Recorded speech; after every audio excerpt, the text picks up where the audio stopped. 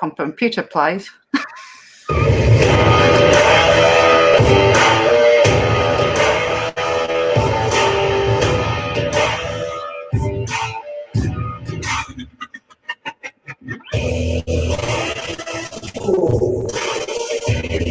Dude, something in my glasses on my head.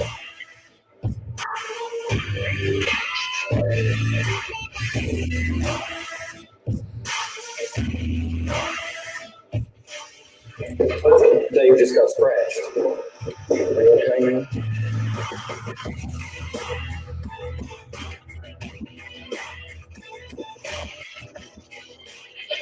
Oh my God. You heard that, did you?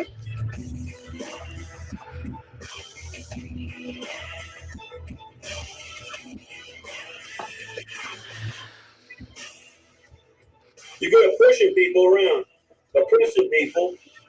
Push me. Push me down these steps.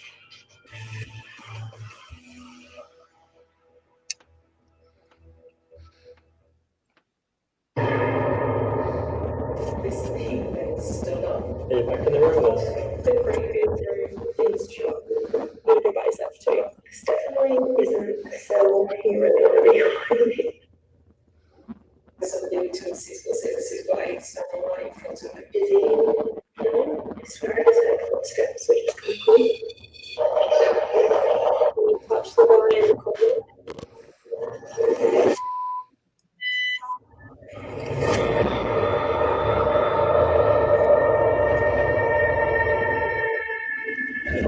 Hey, Cricketers, thank you for tuning into Amy's Crypt and happy Halloween. Welcome to the big Halloween finale. And there we go. Welcome to our live streaming today with Ryan and Jason from Paranormal Quest. I was going to say Paranormal Crypt then. I had to stop myself. It's all blurring together. And That's Amy the crossover. It's a cross. Yeah, nice crossover. There you go. New name for you both when you ever get to work together, hopefully. So thank you for joining us today. We thought, because it's Easter and we're all sitting at home, and you guys should have been here. All three of you. We should have been. Yeah, we should have been at that last place, Zedward, with you doing your talk, just starting right now. We thought we'd make it up and kind of give some free time with you all, and people can ask you questions and get to know you for when you finally do get to Australia, when Amy, who is actually South Australian with us, when we can all get together here. So feel free to ask questions. Anybody who's watching, the guys can see your questions as well. Sometimes there's a bit of delay because I am on a dinosaur internet connection, guys. I do not have NBN, so just a warning on that. And let us know how all the sound is and what the video is looking like. Hello, Damo. Who have we got? Charmaine from Tasmania's Most Haunted is on. If you haven't done her tours, when they come back. Kirsty, Abby, Shane, Rosemary, Sonia, Shane, Alicia, and Zoe. You're all gone up too quickly. I can't see you all, but welcome. All right. So how are you guys going over there at the moment? You won't be able to work at, if you didn't know, Ryan and Jason actually work at the penitentiary, West Virginia Penitentiary. So I guess you won't be doing much there, would you? No, not much. We are currently not working. The tours have not opened up for the season. Normally, we would have been open for all of our events, day tours, night tours, by now. But unfortunately, because of everything that's going on, the health crisis and everything, we haven't gotten to open up. So we're all a little bit bored, but well, at least we got live streaming. So that's right. And Amy, are you in social lockdown? Well, not social distancing terms. Yeah, here. I'm pretty much cooped up in my house, but it's not so bad. Plenty of video footage to be going on with. Yeah, it's actually given me a good chance to go back through a lot of old footage and just get a little bit ahead of editing and writing for my website. So I've been trying to keep busy just to not look at the news and not think about anything and just, yeah. Yeah, I think the news can be quite depressing at the moment. So we thought we'd come on, have some fun. It is Easter. I have my wreck everything. I have my Easter bunny. Look, Kag's got hers somewhere. I've got the drop bear. Happy Easter, everybody! So, all the way from America. So bad. We got these from Scarefest, didn't we? When we were over there. We did. So when we were over there a couple of years ago, trying to get those back home in the suitcases was hard. But there you go. So that's our Easter bunny. Hello, Jenny. Who else we got? Mel. Could we just have a Sandy. shout out to the partners of people on here? So Nadine's watching. That's Craig's wife. And we've also got Jared. She's Amy's partner. Oh, I'll probably drag Jared into this soon. He can come and sit with you if you like. So everybody would know Jared. All right. So what we're going to do today is Amy and Ryan and Jason have given me a whole load of video footage and photos, and we're going to talk a little bit about the places that is more memorable for them, having investigated. Hopefully we'll talk us through it as well. Feel free to ask questions, guys, because that's what they're here for. This is just a casual chat. They are still coming up to do the official one eventually.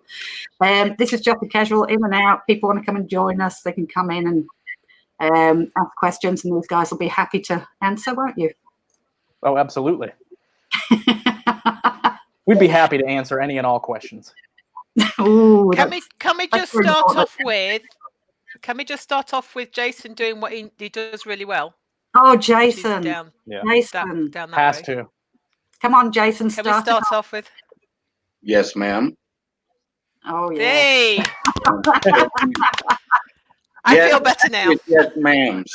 Because there's 3 of you here. Yes, ma'ams. Ah, see, he's so polite. Well, maybe you should say it 3 times in a different tone. Oh my gosh. One for each of us. Just to Nice. embarrass him. Right. Don't you have that? Haven't you listened to that enough on your cell phone? Everybody loves my cell phone. It's really good because it actually answers your questions. So Alice and I could be discussing on what we should be doing, and then Yep. it has an email come through, which is Jason's voice, and it comes up with yes, ma'am. And we're like, okay, even Jason approves. We do say that on tours if we're asking questions. All of a sudden, we'll come out, yes, ma'am. And it's go, well, see, Jason approves. So It's all good. you're quite famous over here now, Jason, on our tours. And what have you. We go, that's Jason I mean, from hey, Paranormal. I'm here. I'm there. You know. Adam says you sound exactly the same as you do on my phone. So, all right, I'll let you guys talk amongst yourselves. I'm just going to bring up your other files that you sent me, so just bear with me. Yes, Charmaine, it's very And familiar. by the isn't way, it? for those who don't know who've just come on, because we're just rambling on, I'm Alison. That's it's always in back to front here. There you go. From Haunted Horizons. This is Cag from Haunted Horizons, and this is, if I get my finger right, Craig from Haunted Horizons too. So if you're wondering who these 3 faces are, that's who we are. Then we've got Ryan, Yes. Paranormal Quest. We have got, it's just difficult to do. We've got Jason, Paranormal Quest. And then we've got Amy, the lovely Amy Hello. from Amy's Crypt. At least you get your fingers in the right direction. Well practiced. It was I know, it's so hard. By the end of the stream, you have to have it down perfectly. You have to be able to just point and know whatever direction, Be like, That's your I would have had a full glass of wine by then, so it's no problem. daytime drinking, Cag. It's like doing the weather forecast on TV. they want to see your Yes. outfit, Cag. What I know. I've only got, actually, can I just say, I've only got the top on. No, I've got jeans on as well, but then I've got my unicorn slippers just to make sure that, my feet are nice and warm. Craig insisted on dressing up for. Yeah, well, my bin goes out more than I do, so I just thought it'd be quite nice just to Wear my tiara, which was given to me by one of the staff members. It's a bit crooked. Hey, you're very quiet. What have you been up to? You're just shaking your head, wishing that you were somewhere else, aren't you?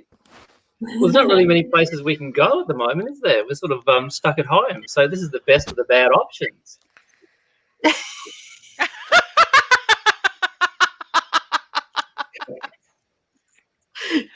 Thank you, All Craig. right. You always make me feel better. No worries. I'm reading the comments coming up. That's why I'm quiet. All right, before we start the video, I'm just going to, because I know there was some comments for them there. And feel free to jump in, guys. If you see a comment directed at you and I don't see it, Ryan, Jason, Amy, feel free to jump in and Absolutely. ask. Shane's asking, what have you started, Jason, with that voice of yours? Mm-hmm. I think too much. Yeah. I think it's turned into like unleashing a monster. It is. We could sell your voice. On Apple. Oh, Ryan's had enough. So, Rosemary says that she can smell Bundy. All right, sorry about that. Had to shut that door. I do have, for the guys that are here, Rosemary's asking why she can smell Bundy rum, which is the Australian rum, because we did a live investigation last night. And I forgot I'd left a little cap of the bottle. And, of course, I picked something up to show somebody, but it was in my hand like that. So when I picked it up, it tipped all over me and down my arm. So I absolutely reeked of alcohol. And, yes, Rosemary, I have that same jumper on. It's a lovely smell. So keeps me going. Just if you see me doing this, you know why. There's definitely worse things to smell like. Leanne loves your laugh, Cag. It's contagious. Cag, Yeah, I'm sorry. It's bad, isn't it? There's a lot of contagious. I don't know about her laugh. All right, Lynn wants to know, Jason, Ryan, and Amy. So we'll go with the top first. Over there, past with Ryan. Where's the scariest place that you've investigated? The scariest place that we've investigated? Well, actually, I got to send over some clips from this particular investigation, but definitely the weirdest, I would have to say, would be just a tiny little log cabin in the mountains of West Virginia, out in the middle of nowhere, and it actually turned into a 3-part series that we call the Cursed Cabin series, because the family believed that it was actually cursed. That was probably the creepiest and scariest investigation that I personally have been on in years. So, and then of course the West Virginia penitentiary never disappoints. You know, you always have a lot of activity there. So, yeah, our favorite place, one of our favorite places over there. Mm-hmm. So, Amy, you haven't been to the West Virginia penitentiary yet? No, but hopefully when it's safe to travel, I can come over and visit. Amy was going to. You were going to try and come over the same time we were this year, weren't you? Yeah. Hang out. I aim about August. And yeah. A couple months. But yeah, we'll see when that happens. It'll happen. It'll happen. So what was your scariest place? I think it's hard to pick one because I'm always like, oh, what is scary, whether it's, ghost stuff or scary people. And I was thinking about it because I sent you some photos and some clips, Alison, for this live stream. And one of them that I sent you was from the Paris catacombs. So we actually made it into like the forbidden section where it's all closed off, and we went down with a cataphile, and it's probably one of like the stupid, most dangerous things that we've done. We've done a few of those. But yeah, I think that was scary because it's more like if your lights go out or something happens to the dude that we went down with, the cataphile, we just would not have got out. There's no way we would have found our way out down there. It's just nuts, the tunnel system. So, and what about yours, Jason? I'm just trying to work out why my photos aren't coming up over here. So, your scariest place? Oh gosh, that is a good question. For me, I mean, I would say, well, kind of like Ryan mentioned, the cabin was very at each one, but I would say right off, one of the scariest and favorite locations I've been to is St. Joseph's Hospital, up in Lorain, Ohio, that we had investigated. In a massive hospital, over 100,000 square feet, but we had a lot of things happen there. I mean, it was just amazing. I would say that was probably one of the scariest, if not times. But also, like Ryan said, I mean, hey, we can't leave out the penitentiary. It's like the old homestead. Mm-hmm. Oh, for sure, yeah. And like Amy said there, when you're talking about the scariest, you want to know, are we talking about the supernatural, paranormal, as far as being scary, or are you talking about, living people being scary? Because I tell you what, we had that on both ends at the cursed cabin there, because not only was it very active and some pretty terrifying activity and experiences, but also, at 2:00 in the morning, we had someone outside shooting a gun right outside the cabin that we didn't see or know where they were, so that was pretty freaky in and of itself, not knowing whether or not you were going to get shot. Yeah, I watched that one yesterday. That freaked me out. We've got Terry on here, Terry Long from Licking Jail. Now Terry. Was an amazing investigation that we did. So there's a 2-part one on. Actually, you've done it a couple of times as well as Paranormal Quest, haven't you? So yeah.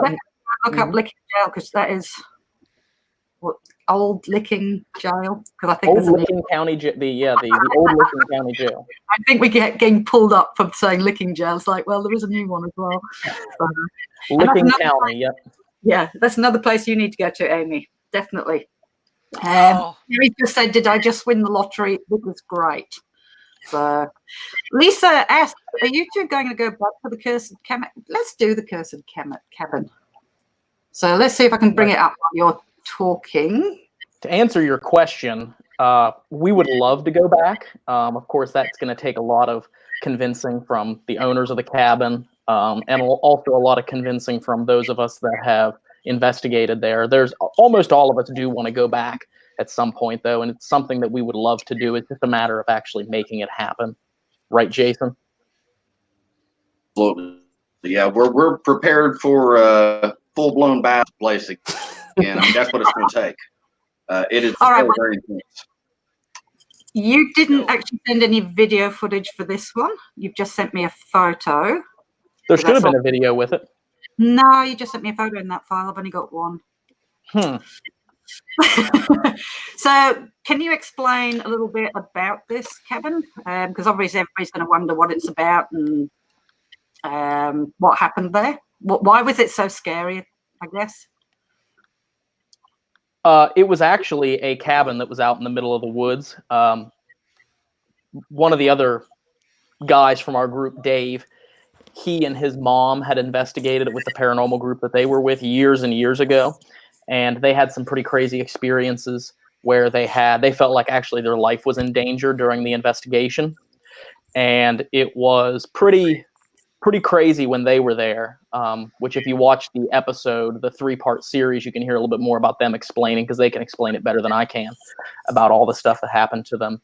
But the whole basis behind the cabin is the family that owned it would not live in this cabin because they felt that there was a curse on it, that if you lived in that cabin, not only were you going to experience paranormal activity, but they felt that if you lived in that cabin that you were going to die, that there was this curse on the cabin that was going to kill almost anyone that tried to live there. And it was kind of surreal because when we interviewed the owners, they didn't want to be on camera. So we set the camera up on top of the hill filming their house. We walked down with a digital audio recorder and we asked them how many people have died in the cabin. And they just started naming off. They named off like 8, 9, 10 people from their family who lived in that cabin and either died in the cabin or died shortly after they left and moved out of the cabin. For different various medical problems and different reasons. So they felt like all this led them to believe that the cabin was cursed. So, and I did check that file or the Google Drive there Allison, there is a video in the Google Drive. Maybe it just didn't download when I downloaded this. All right, well, I'll have a look. I'm going to put you back over to here. And while you're talking, I'll just go back into it. I just went into your file and it wasn't there. Can I ask a question? Mm-hmm. No. Can we stop you? No. We can mute her. I did. Yes, she can. She will do. Believe me.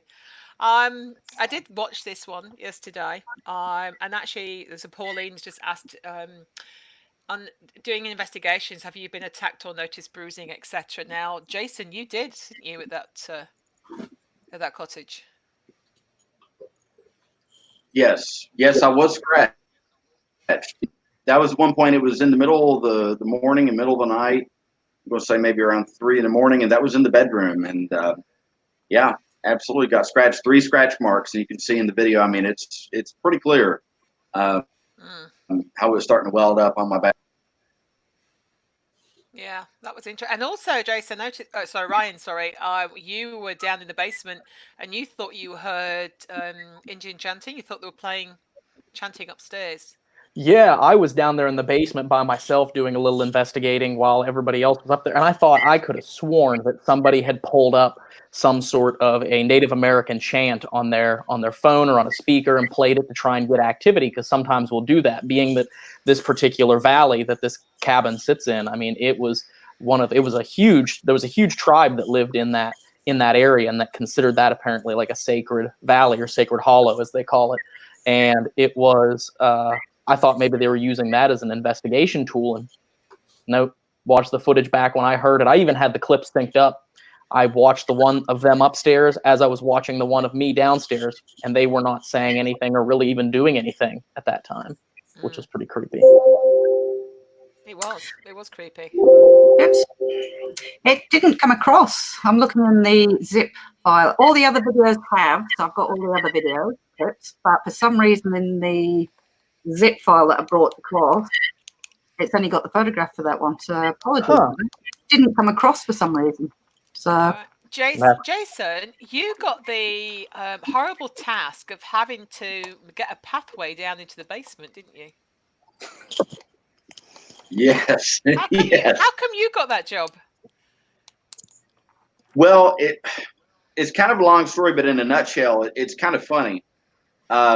Up until this time that we filmed that investigation there in the cabin, I actually used to have like my own little business. It was a lawn service company. Me and a friend of mine and my dad kind of helped me, and we called it lawn enforcement. And I love it.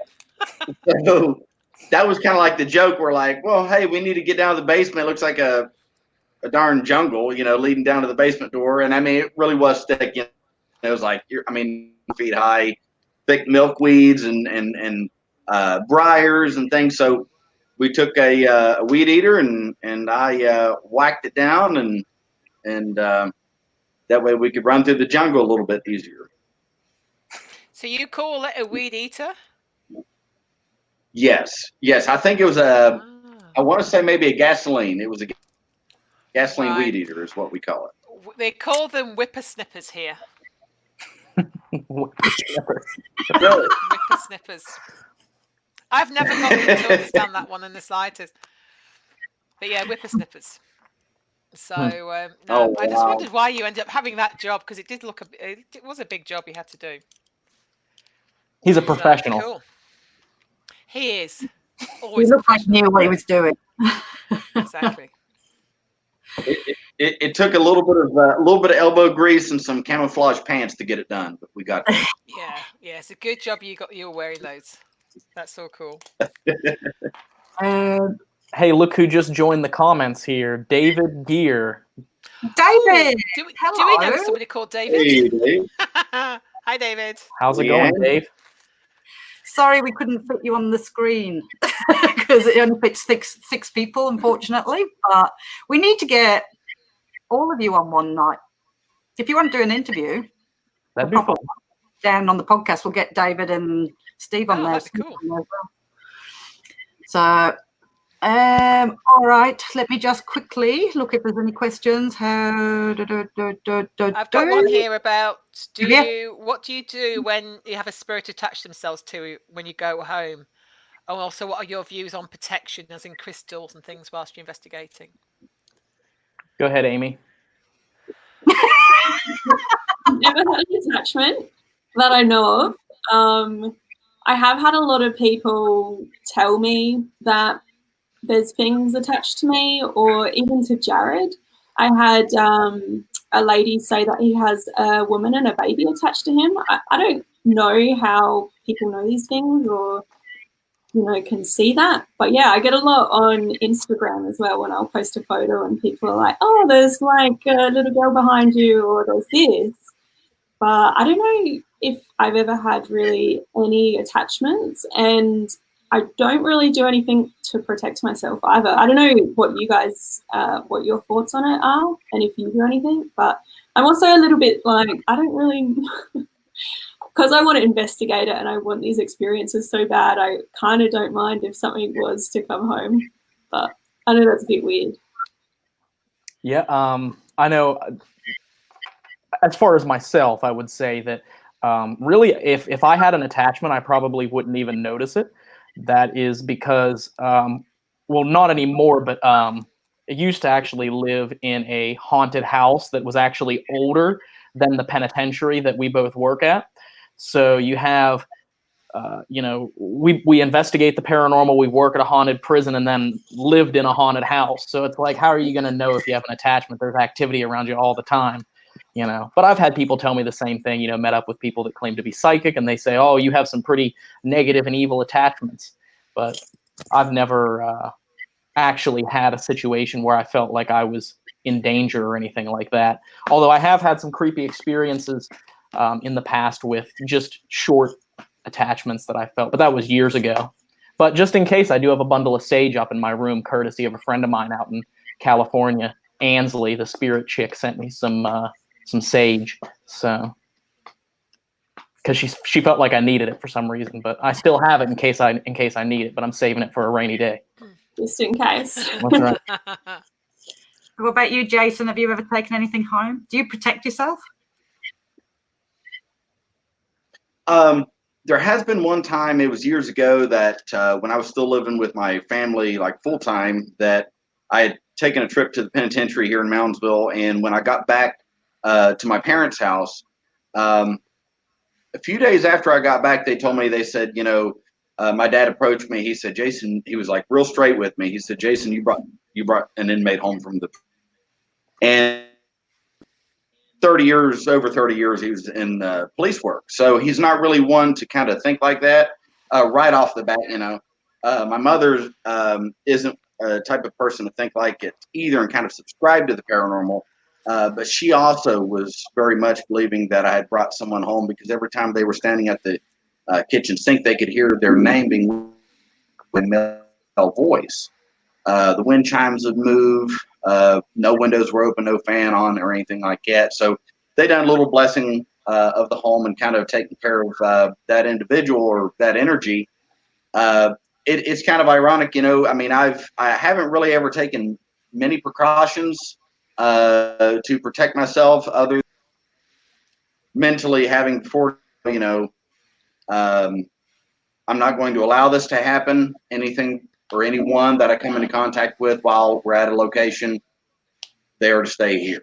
And if we feel it's need be, we'll just even announce that, but yeah, honestly, I can't say I really do anything other than that, just kind of having that mental awareness of the fact that it could happen, and I don't want to let it happen.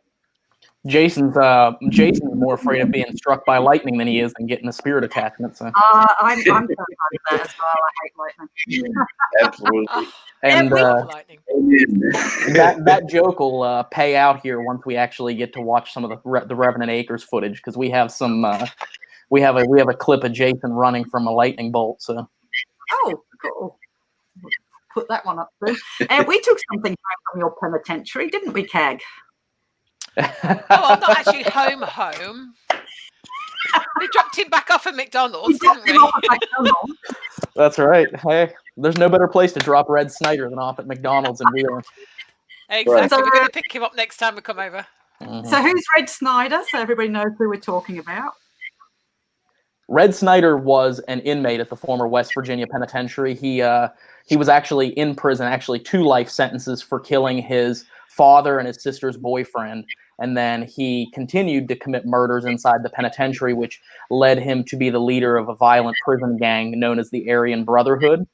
And he basically ruled the penitentiary with an iron fist. If anybody stood up against him, spoke out against him, or even annoyed him slightly, he would threaten them or even have them killed or kill them himself.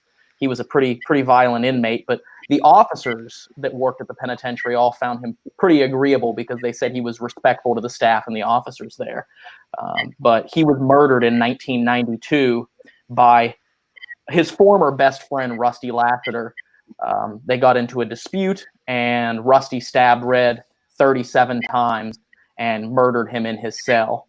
And we've come into contact with Red multiple times. Actually, when we talk about the penitentiary, there's a clip of myself and a guest investigator that we brought in getting in touch with Red using some EMF detectors, which we had some very strange activity with that. But, every time we're working, Jason will walk by his cell and leave him a cigarette. And, so we try and get along with Red the best we can so he doesn't try and hurt us. But So we sent Kag in to the cell. Kag, don't chat Red up. So she was in there chatting away with him. We weren't getting much though, were we? So we just gave up. But it was our drive back. We didn't know this until we caught up with Ryan and Jason the year after. We were driving back to the hotel room and we stopped off at McDonald's. Now, on the drive home... It started before then, though, didn't it? Yeah. On the drive back from the penitentiary, between penitentiary and McDonald's, we're driving along and all our headlights went out. But the problem is it was a switch, wasn't it, that you actually have to turn. Yeah. So somebody had actually turned the switch off. Boom, and all the lights went off. It was darkened road. And then we got to McDonald's. I thought, we'll get some breakfast. Got to McDonald's. And Kag went in to get McDonald's, and I'm sitting in the car, and suddenly I had this really strong, I can't remember if it was cigarette or cigar smoke in the car with me, and it was just really weird. And then Ryan, when we saw you the next year, we're telling you about that weird thing. He kind of said, "Oh yeah, he used to go to McDonald's all the time and get the police to drop him off there when he was being transported to court or something." Oh yeah, he would actually admit to murders he didn't commit so that he could actually leave the prison to go to the courts.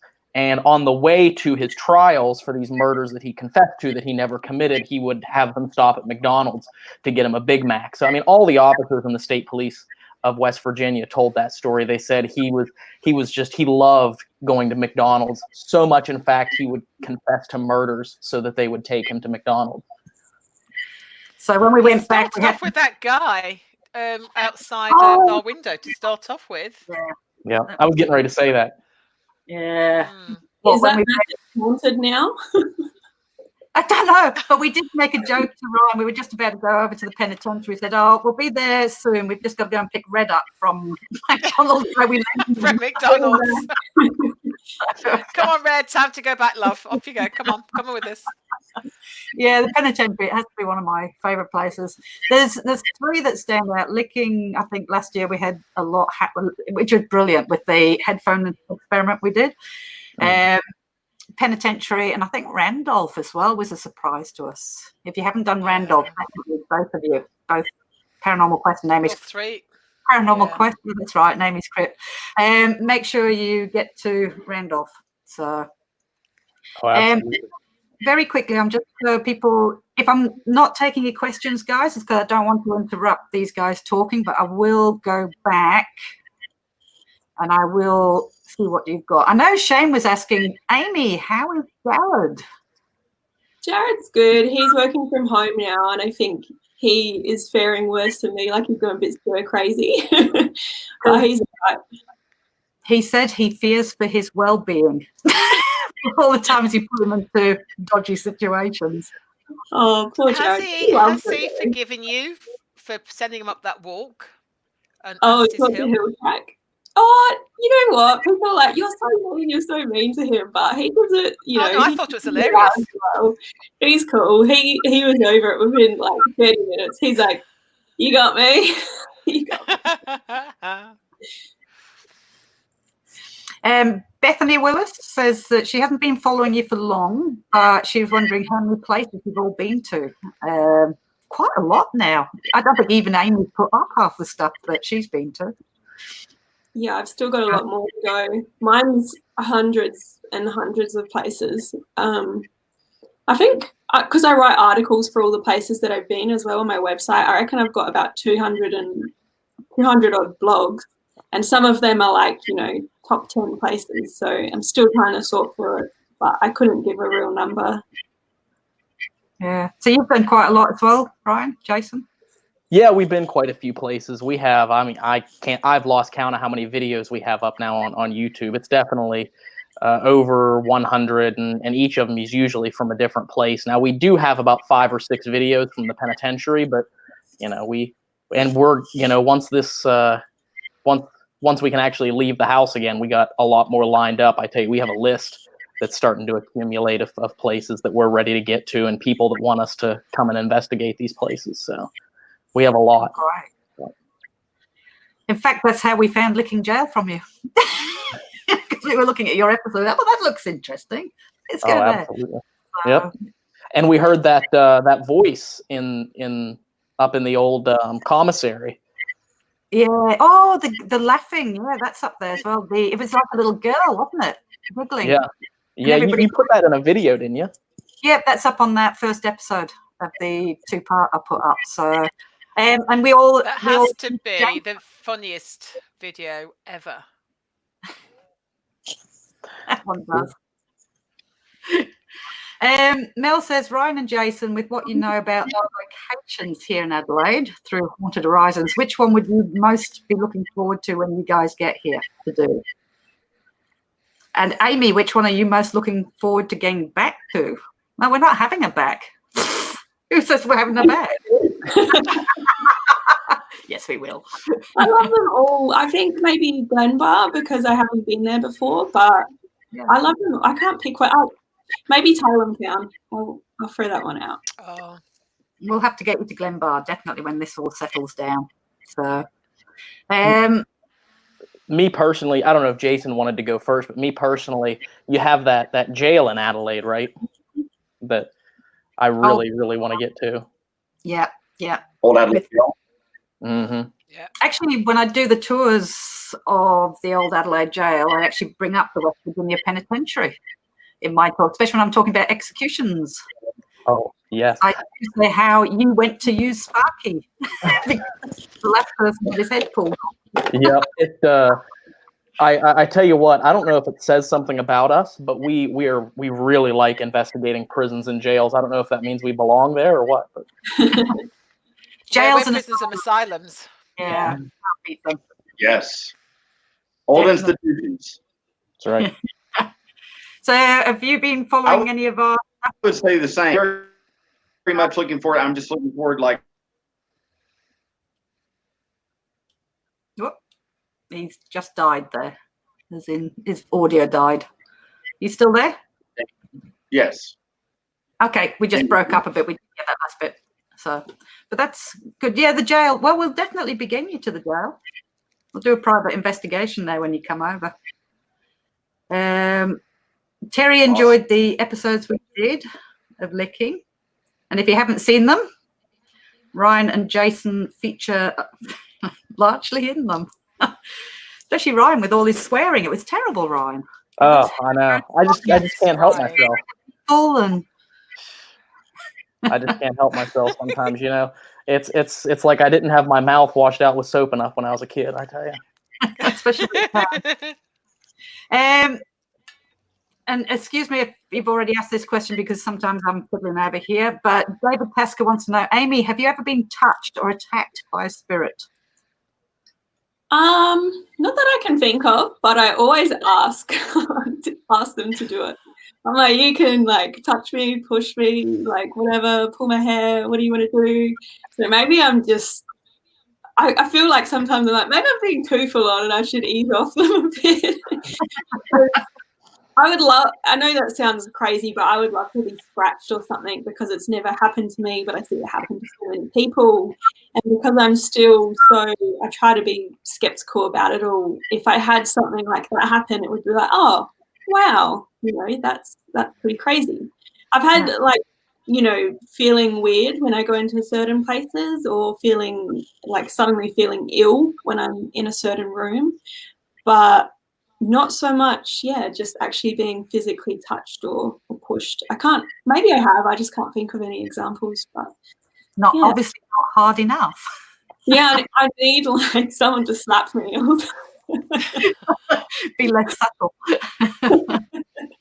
I'm just going to go through the questions. Then what we're going to do is we're going to go across to doing some of the video on both of your stuff that you sent me. So, has anyone been to a place where nothing was captured on film, but the feeling of the place was so intense or scary that you felt like there was definitely something there?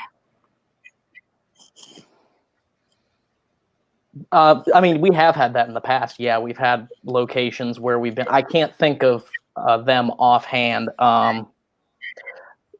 Give me a second to think here, and I will get back with you on that. Because, I mean, we have had ones in the past where, we knew that there was a creepy feeling. It felt strange, and then we get into investigate, and we don't capture anything, So, I tell you what's one. We don't have an episode of it, but that's kind of how our investigation went about 10 years ago when we did Waverly Hills Sanatorium. Okay. In Louisville. It felt really creepy with the amount of deaths and the history there. Of course, Waverly Hills is haunted. It was the largest tuberculosis hospital in the United States.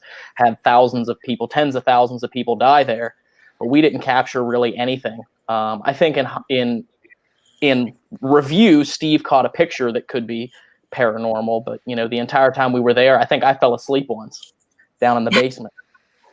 I think I actually fell asleep on one of the morgue tables down there. So. Oh, okay. Yes. I have been there and I have investigated.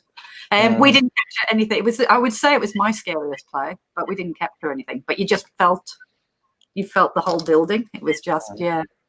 Amy? Yeah, I'm the same. I'm struggling to think. I know that it's happened because I have a lot of episodes, like whenever something happens during an investigation, I film for it, I'll show it anyway. I reckon maybe again, the catacombs, we didn't really get much down there, but it was definitely weird vibes. And maybe that's not necessarily paranormal, but because you're in a dark tunnel, it's completely pitch black and you're surrounded by all these human bones. But yeah, we didn't really, I think maybe we picked up two things that could be evidence, but couldn't be at the same time, so, but yeah, that's a good question. Very good. I mean, what do you guys do? Obviously, you travel to these places and you spend all this time, and sometimes I know you got to spend a lot of money as well hiring these places. So we're well aware of those. How do you go when you've really got nothing? And how do you make an episode? Because you've obviously gone to try and make an episode of it. So how do you go about making an episode out of nothing?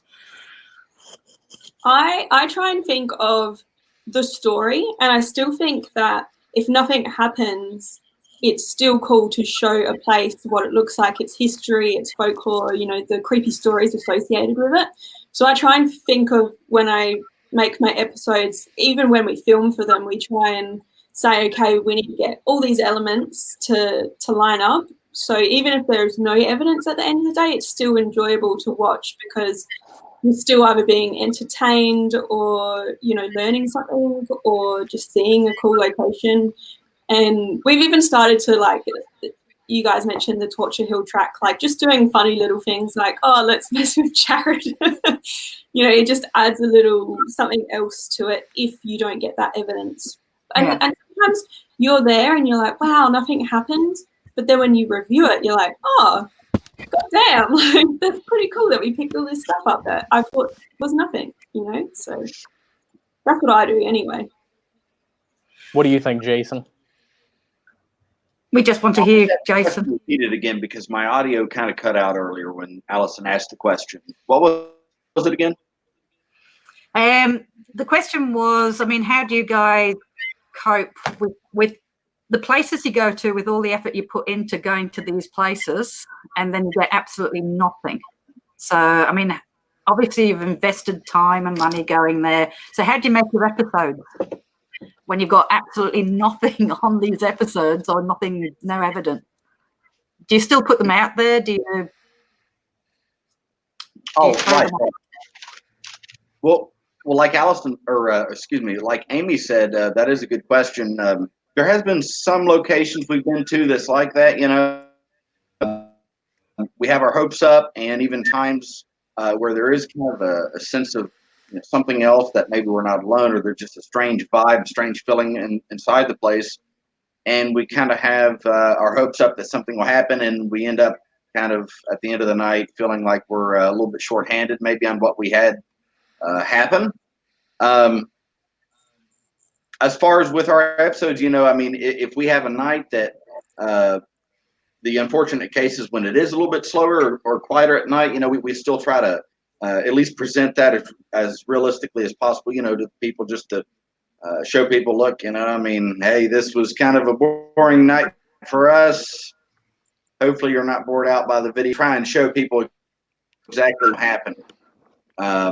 Even if it is quote unquote boring, as far as the activity goes, So, but no, that is a very good question, because it kind of challenges your motives for why you're investigating in the first place, because a lot of people, if you're not dedicated enough and you have one or two investigations that are quiet, someone who isn't dedicated may just be easier for them to say, well, I'm leaving this behind, enough of this, I don't want no more of this, but just persevering and, hit and miss. It's kind of like a hit and miss game with locations.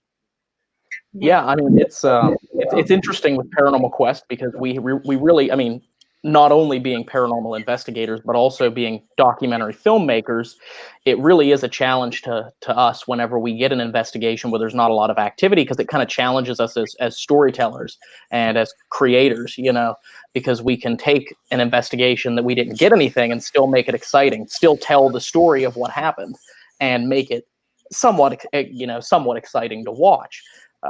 But it definitely is tough. And it's disappointing whenever you spend money on a big location that's supposed to be really haunted, and then you go in and don't capture anything. But really, that's the way I've always looked at the paranormal, is it's really just stories being told from beyond the grave, for lack of a better word. It's like, this activity, the evidence that you capture, EVPs, voices, or even just the reaction with some of the other EMF detectors or proximity meters. It's really just them telling their story. So if they don't want to tell their story, then it looks like we have to do a little bit more effort to tell their story for them via the episode. So have you guys done Bobby Mackey's at all? Music? We have not yet filmed there. We have actually, that's something that may be coming up here in the future. We did an event there in December, and we investigated there. We love Bobby Mackey's. It's a fun little honky-tonk bar, and it's definitely a place to go and check out, because it's just interesting, the history behind it and some of the hauntings there. I never once felt threatened whenever I was at Bobby Mackey's, at least not to the extent that it's portrayed on television. But it was definitely cool being there, having seen it in such a very dramatic light on TV. It was cool just to be there. Yeah, because we did it and got absolutely nothing. I'm struggling with that episode. It's just like, well, here's the reality of it. Mm-hmm. You can go one time, get nothing, go another time, and you get something else. So, but Craig, we have the same issue on our tours, though, don't we? Oh, we have it all the time. I mean, I think last year I reckon I tallied up about 150 investigations, or times we went on the site to investigate last year. And that's the last couple of years as well. So we've done a lot of this sort of stuff, and we just go have some of those nights where nothing happens. And like it's almost like a feeling of disappointment when you have something, or one of the nights where you get absolutely nothing. But one example that we had recently was at Glenbar. And I know that Amy was talking about getting to Glenbar, and certainly one place you have to go and have a look at, because it's just weird. The vibe there can be so different. And sometimes it can be really, really confronting. And the boys were both talking about how weird it feels. And sometimes when you feel like you're in danger or you feel like something's completely wrong, the feeling of anticipation when something's about to happen and it's something that's negative is really something that people react to. At Glenbar, this is the last time we were there, we had a really quiet night. And Glenbar, for you guys which don't know, it's an old homestead which was built in 1842. So it goes back to the start of South Australia's history. We'd gone through the whole night and nothing had happened. It was so quiet, and it was almost embarrassingly quiet for the people who were investigating with us. But then me and Mikey, one of the other guides, we just completely closed everything up, locked everything, put everything away. Mikey had jumped into his car, he'd driven off, and I was the last person there looking back towards the whole of the buildings. So you've got the old cottage, the old chapel, and all those places. I'm looking back there, and for the first time in the night, there was no torchlight, there were no equipment. The moon had gone down. It was deathly dark. And you're just looking back there and you're going, something's about to happen. It feels wrong. And something feels really, really confronting about just being there. And sometimes on the tours, I'll say the same thing, is we make a decision as investigators. Do we go back in and do we investigate? Or do we say to ourselves, maybe tonight is not the right time to go back in? And that time I didn't go back in. And so I'm quite happy to go on record to say, I think I was scared to go back into the place. And that was by myself. So it was just an eerie feeling. But we've been to Glenbar, I don't know, CAG, we've probably been there 20, 30, 40 times, something like that. Never had that feeling before. And only that one time when you almost feel vulnerable going into these places. And a lot of people will listen to what we're saying and go, that's really pathetic because that's what you're meant to be doing. But, sometimes you've got to remember that, if you're by yourself, it's okay when you've got another couple of people or another 20 people with you, or you've got a TV crew with you. It's a completely different feeling than when you go on yourself sometimes. What I've got to say is, sometimes you look at places, you've been there 150 times and nothing's happened. It's been really, really quiet, really, really boring. But then all of a sudden you get that one time when it's absolutely sensational. And you get those feelings. And I don't usually get those feelings whatsoever. But when I do, I take notice of them. And that's part of the paranormal. Like Ryan was saying, is you front up all these times and you sometimes get nothing, but you just have to be there at the right time on the right night, and then you're going to have a different perspective and all this stuff. And it's one of the things when you're skeptical about the subject of the paranormal, what you don't do is you've got to put yourself in the shoes of the people going there and doing this sort of stuff. If you go there once, if you go there twice or 3 times, chances of having something happen around you to convince you is quite minimal. But if you're there 100 times, you've got more of a chance of having that incident. That's really where I come from. Is the more times you front up to do this, the more likely you are to have that scratch, to have that touch, or whatever it might be. And I think it's a fascinating thing to do. Geez, you've got to be in the right place at the right time. So with you 3 guys, because Craig brings up a very good point, is sometimes when you go in to do lone vigils, and I know you guys do as well, is there ever a time when you really feel like you shouldn't be there and it's really, you don't want to do it on your own? It just feels too much. Yeah, I mean, there's times that I've gone into some of the darker, scarier basements of these haunted buildings and felt like I definitely shouldn't be there. Whenever we investigated Prospect Place in Trinway, the second time we did an episode there, there is video evidence of me kind of being a bit skittish. There's a couple things that happen and I start freaking out a little bit. And and you can definitely tell that I'm a little bit rattled. I'm not my normal composed self. And so sometimes it does get to you, those weird feelings.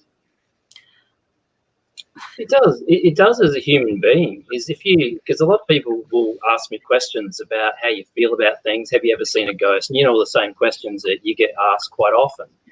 But a lot of it's not about that. It's about the sensory part of the paranormal. You walk into a place and you feel different.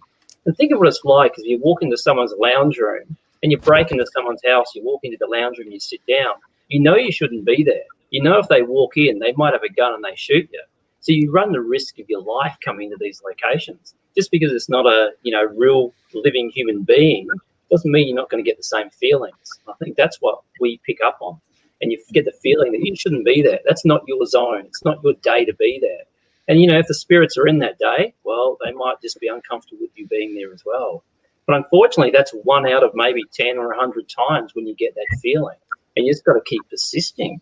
And the beautiful thing about Amy going to all these different places is you get more of a chance to see different places and get the different feelings in different locations. And every place feels different. It's not like one haunted place feels the same as the other haunted place. They all feel different for different reasons. That's because they were all different places. They're jails or asylums or catacombs, wherever it might be. They got different feelings when people were alive and they were being used. So they got different feelings when we go in. And sometimes the feelings aren't good. It's very rarely welcoming. Most of the places we go to are places where people have died, been executed, been bashed to death. Most of the stories are negative stories with the human psyche. When we go in there, we don't get the feeling that it's a celebration or a festival. We're going to the Adelaide show. It's a very different feeling, right? It's always foreboding. It's always negative. You never go in with a feeling that things want to come in here and buy you beer, for example. Have you ever felt that you've gone into a place and it's been overly welcoming and you don't know why? Oh, yeah. Oh, for sure. We've had a few locations that, you know, we had, because not every place you investigate is going to be that, you know, that foreboding, violent, you know. I feel there's a place in Marietta, Ohio called the Anchorage Mansion. And every time we've investigated at the Anchorage Mansion, I felt that it's been very welcoming. Granted, while there's spirits and while there's activity, I don't feel like there's anything negative or anything that's going to harm us. It's just, you know, it's just it's like you're walking into someone's home, and these people back then threw these lavish parties, and they always had people in their home. So it's like they, like you said, they want to buy you a beer, they want to give you a drink, they want to, you know, talk to you, tell you their story, and you get locations like that. But then on the flip side of that, you get locations like the West Virginia Penitentiary, where you had countless cases of gruesome, violent attacks, murders, and some of the most violent people to ever walk this planet are inside that prison still in some form or fashion. And people that you had to beware and be careful around in life, you got to be careful around them now that they're dead, you know, because you end up with cases. There was a situation, actually, the last TV show to air about the West Virginia Penitentiary was Destination Fear on the Travel Channel. And that Dakota Layden got these huge scratch marks and welts across his back. That happened in Red Snyder's cell, you know. So there's times where actually people do have crazy experiences like that. Didn't like you, Cag. We'll have to put you back in there. That's right.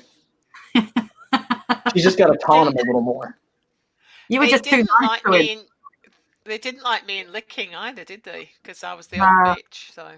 Well, you got old bitch more than once, yeah. I did. Oh, how can anyone not like you, Kat? Hilarious. Oh, now, Amy, can you wave to Tony, please, just let him know that you're okay? Hi. We've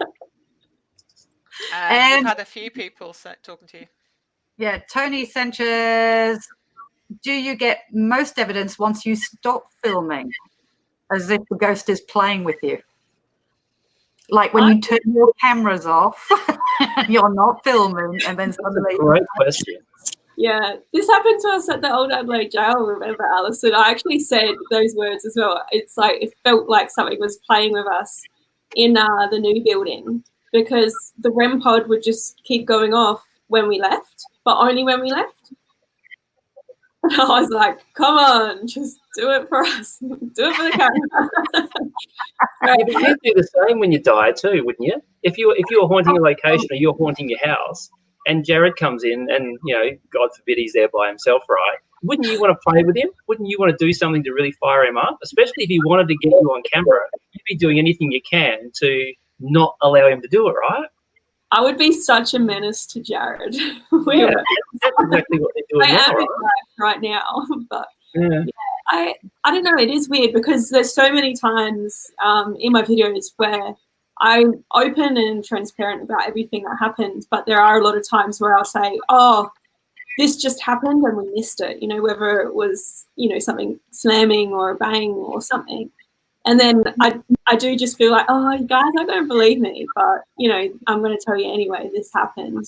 I hope it doesn't, like, affect how credible people think I am if I'm like, oh yeah, all this amazing stuff always happened, but we weren't filming it.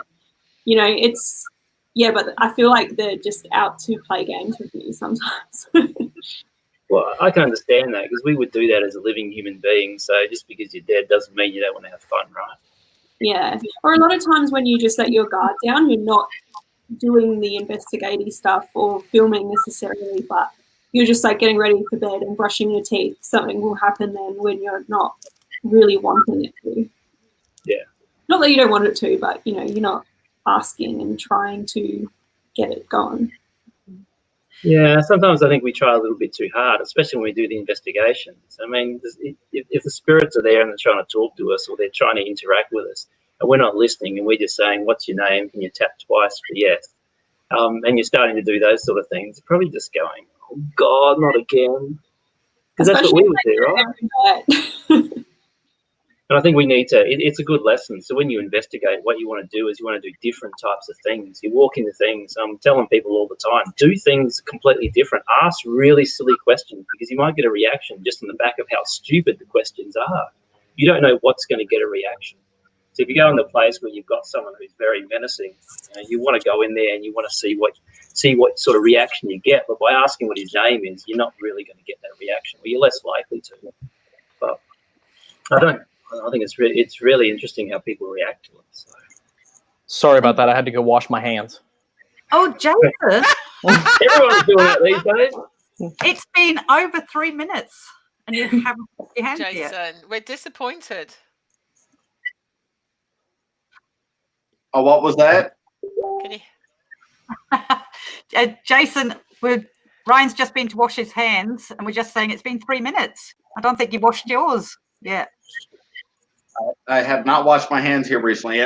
Fortunately, I've got a little bit of hand sanitizer, though, close by, very close. Yeah.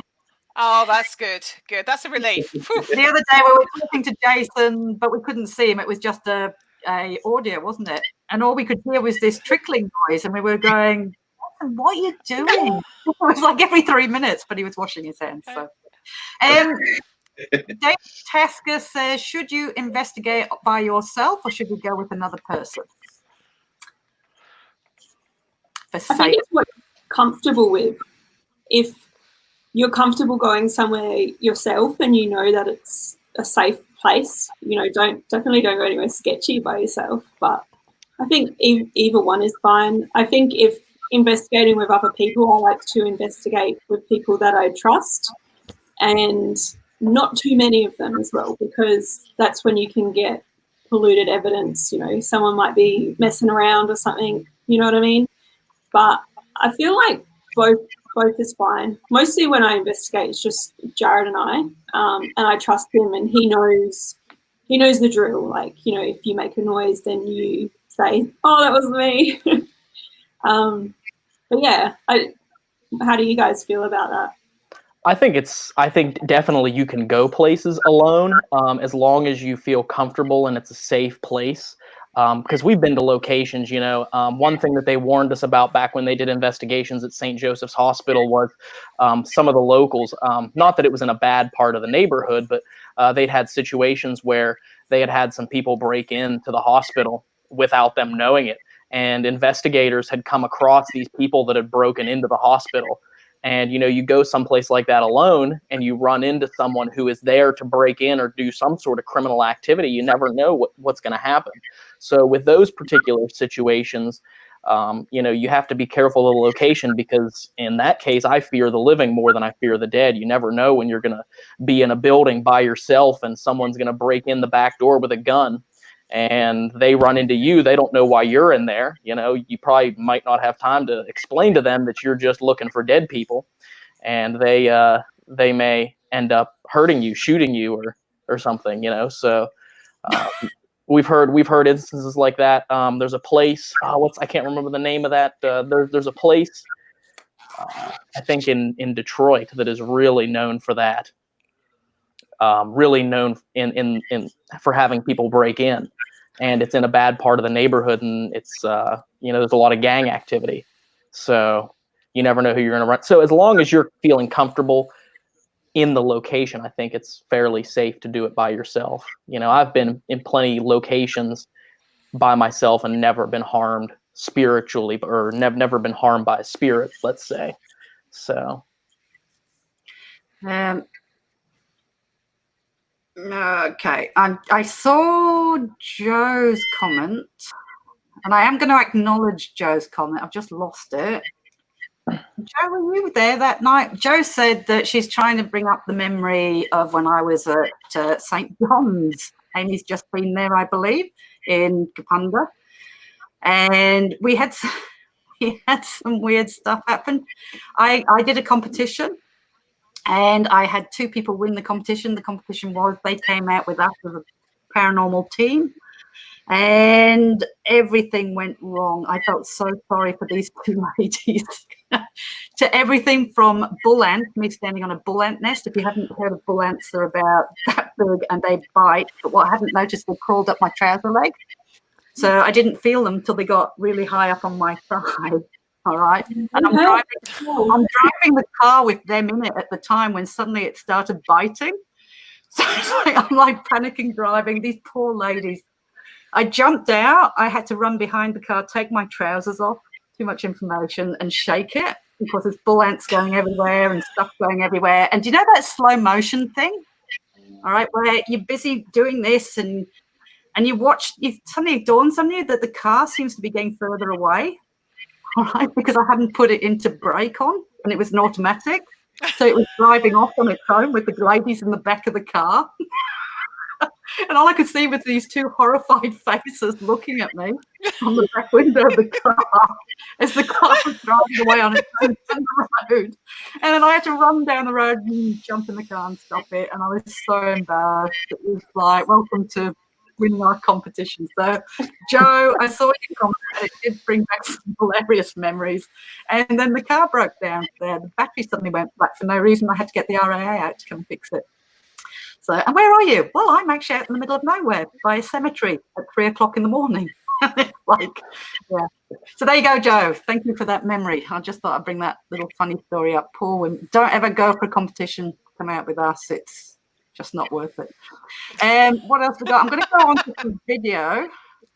And thank you, Cassie, in the comments there. Said the name of the location that that my mind was blanking on, Eloise Hospital. So, we were supposed to go there this year. So. Yeah, we were. How did you find it? Did you say you've been there? No, I've not been there myself. I just heard stories. All right, we were booked in to be there this year, but I don't know whether that will happen. All right, so what I'm going to do, let's go to some other stuff. With no pants, it's just. Just read what my husband's put. He's right. I haven't got to that, and that is why Kaganelli aren't allowed out without their carers. Yeah. All right, I think I've caught up with questions. And yes, Tony, that's why you should always have clean underpants on your investigations, because you have to take them off after being bitten by bull ants. All right, I think we'll start. Let me just talk amongst yourself. I'm just going to bring up some photos. Hopefully this works.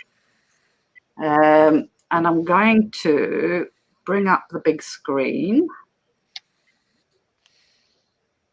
All right. Creepy. So what we'll do is we'll start with one of Amy's, which was 99 Mansions. 99 Door Mansion in Malaysia.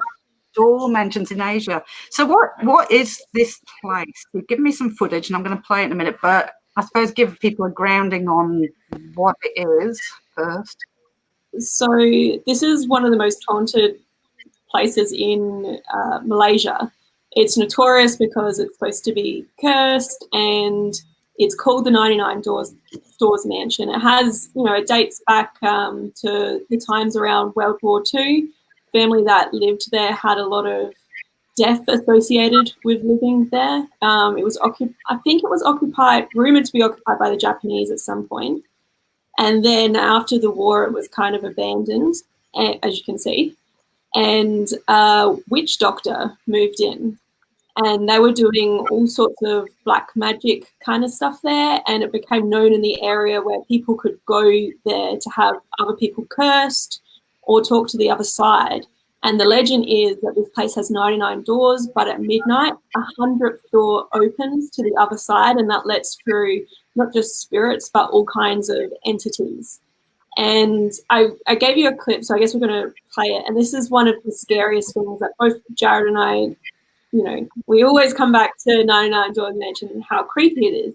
If you watch the whole episode, you kind of get a sense leading up to what you're about to see about all the really weird things like kids singing and stuff like that we're hearing.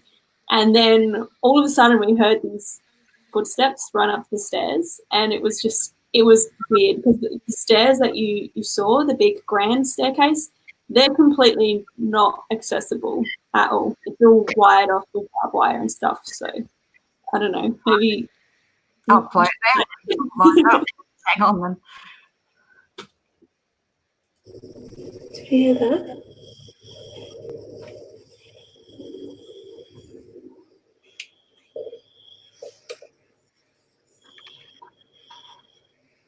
There's something big up there. A kid running up the stairs or something. That is creepy. Oh, actually, for this one.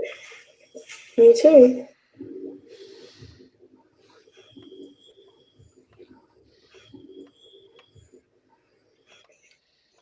Where was that noise coming from? On the stairs, right? Yeah. That was right above our head. Were you filming that? Yeah, it was.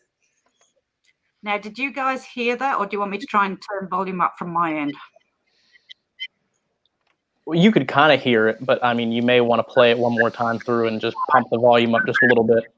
All right, pump the volume up, so you probably all get deafened now. Let me just try again. Did you hear that?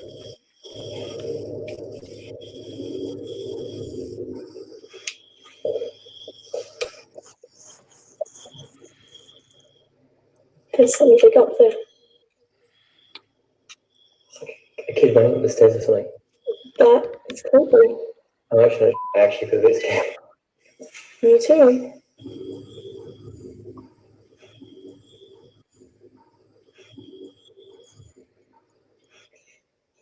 Where was that noise coming from? On the stairs, right? Yeah. That was right above our head. Were you filming that? Yeah, it was. Did you hear that? Did you So guys people hear are saying in the chat they could hear it, which is good because I don't know if it's my audio, but yeah, that was really loud in the moment, and it sounded like a kid running up the stairs. And it was weird because it went from, you can kind of see in the video where the midsection of the stairs, there's a big gate and all the barbed wire, so you can't get up there. It started from there, ran right to the top, and then it just stopped. But it was weird because we were hearing noises over there. And then we were like, oh, we'll go towards these noises. And then it just ran up. And I don't know, it was really, really weird. And what you were just, how long were you there for? I'm just bringing up one of the paranormal quests while you're talking. We were there for a long time. So this is in the middle of nowhere. It's in the middle of an abandoned plantation. So we got dropped off there by a driver and then walked into the mansion at like midday. And we were there past midnight because we wanted to see if that door opened. So we were there for ages, and it was the most of the stuff happened just as it was getting dark. And then after that, it kind of just went quiet. So there was nothing to the midnight, the door opening and... No, I wish. All right, so what we're going to talk about is we'll go to one of Ryan and Jason's. I'm just going to bring that up. And the Moon River Brewing Company. Yes. So if you want to tell us about this one, and then I'll show you some video footage from it. Yeah, this was one that we did just very recently. Unfortunately, Jason couldn't make it to this investigation because it was such a long distance to travel, and it was kind of short notice. It was like a last-minute birthday trip that we made. We actually were investigating Moon River. I think it was the day after my birthday. We went in and investigated Moon River. And it was very nice because, you know, January here It is snowing. It's freezing cold outside, and down there in Savannah, it felt like summertime here. So it was very, very cool.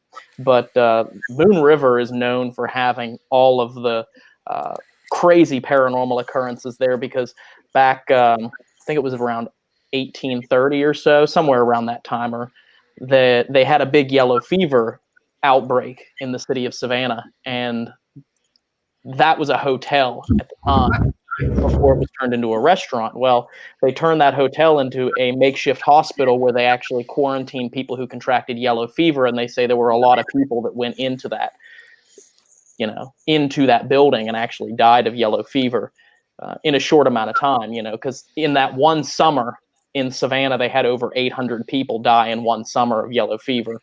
So it's pretty crazy, but there's a whole long story with that investigation, but we can go more into that whenever we have Dave with us to talk about it, because he was affected by something there. The clip that I included related to the yellow fever patients, because I went up to the 4th floor and I had there's a brick circle that you'll see in the video where one of the employees at Moon River actually created this circle of bricks and put a few bricks in the center, because they put their Ouija board in the center of it, and they would just do seances in this circle. So kind of interesting. But I was standing in and around that circle, and I was asking about that and got a response with the REM pod. Now in the clip, I included some proof about the history. There's some of the employees talking about the history of yellow fever there in Savannah. So we'll go and watch that.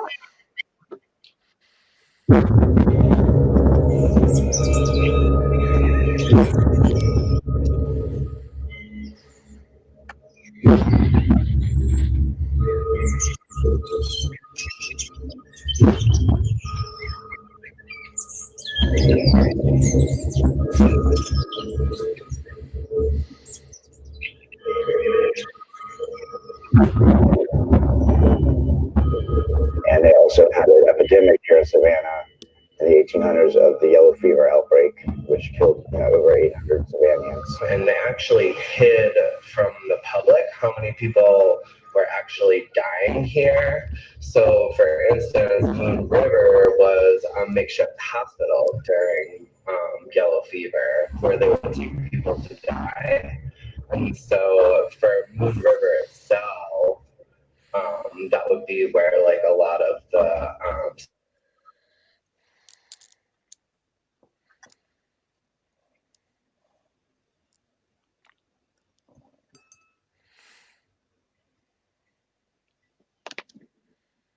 Uh-oh.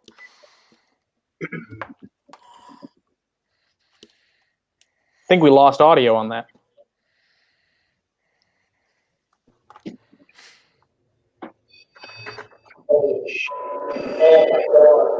It's back.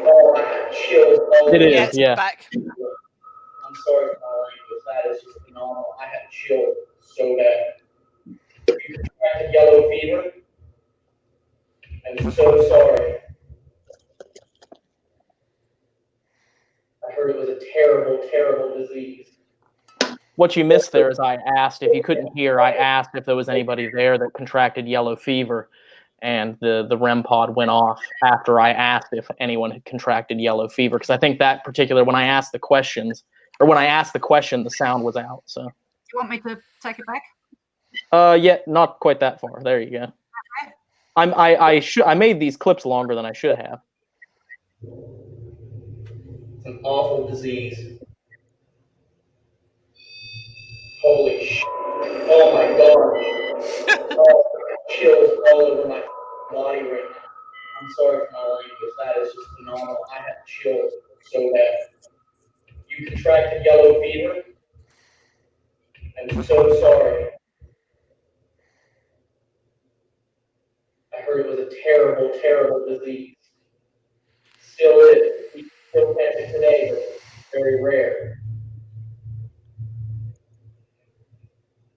I just heard something over there in the corner.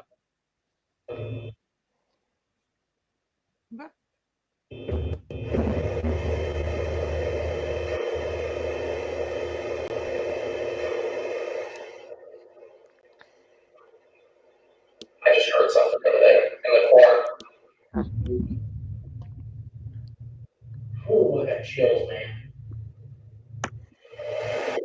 Every hair on my body is standing up right now. Nuts.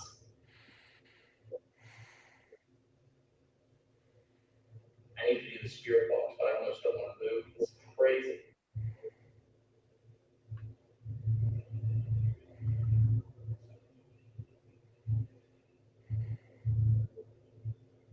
Is this what you do? You welcome us to Savannah like this? Oh, wow. That's creepy. Thank you. If this is your welcome for us to Savannah, Georgia, we really appreciate it. And that's that. Cool. Kerry actually comes up with a good question. So when there's more, you obviously wouldn't have this problem, Amy, because now your mic's on mute, by the way. Oh, you're off. Yeah, someone's moving the lawn out there. I hope I didn't do it. But you guys, Paranormal Quest, Ryan and Jason, you've obviously got a bigger team. So when you're editing, Kerry asks, when you're editing this stuff, do you have disagreements about what's going to kind of end up in the final cut, or is everybody pretty much in agreement? I suppose Jared is with you, Amy, so... Not particularly. I mean, we do have some moments where, we're getting ready to release the episode and we say, someone says, hey, did you include this? But really, I think we all have a pretty similar vision when it comes to that. With the actual editing of the videos, 99% of the time I do the editing on these episodes. There's a couple episodes that Dave has actually done some editing for, like short videos, vlogs, clips, and things that Dave has done editing for. But most of the time I do the editing on the episodes. And I've been very fortunate that all three of them trust me a good bit to actually put these episodes together and tell the story. And they know that I usually I try my hardest to do the investigation justice and tell the story in the way that it happened. So, Mrs. Bungle 78 says they don't seem to be looking at the YouTube comments just for, we can see the difference. There is YouTube ones coming up here as well, so you're safe to do questions on YouTube or Facebook. It does actually show us both here. If we miss the questions though, guys, it's because as I said, we're letting these guys do the talking and we don't want to interrupt them and of course the questions kind of go up. So if we miss your questions, just ask them again. And when we can, we'll have a look at them. All right, so back to Amy. We're going to go to your next one, which is Aradale. Yes. So Lunatic Asylum here in Victoria.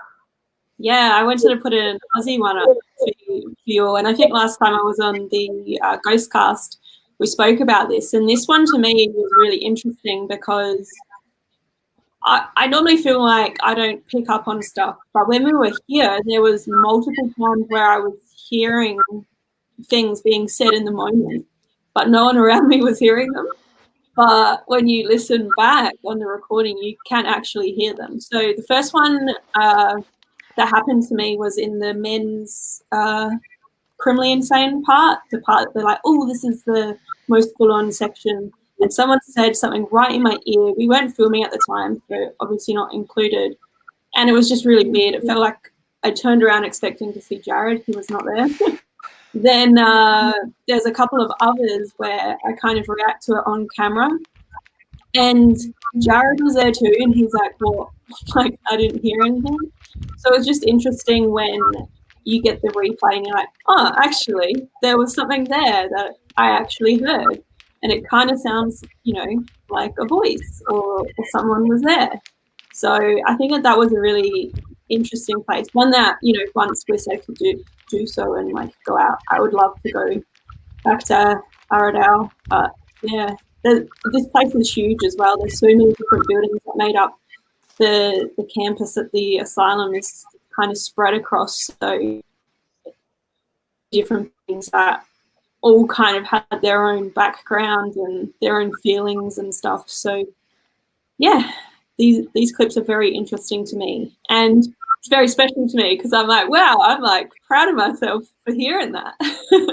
Yeah, it's definitely an interest. I do know the guys that run it because, and we've been there a couple of times, and we haven't had anything major happen, but we've had some interesting stuff there as well. Love to get back there. Oh, wasn't that one? Isn't that the one where we were talking to the matron? She was telling us about the break-in that they just had. Yes, I watched that live. You did a Estes Method spirit box. Yeah, we live. we did. It almost felt like you were picking up on the other conversation, Alison. Like it was really weird. Yeah, if people, I will put it up.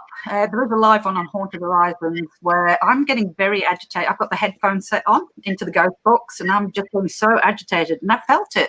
It was like I wanted to keep pacing. And of course, yeah, it all came out with the break-in stuff, didn't it? So just about who it was, and yeah. Anyway, I'm going to play yours because this isn't about us; it's about Amy. So I'm going to play yours now. Hang on, just change the screen. Hopefully, we can hear it.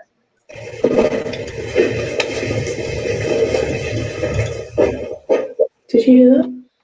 No, but that door's open.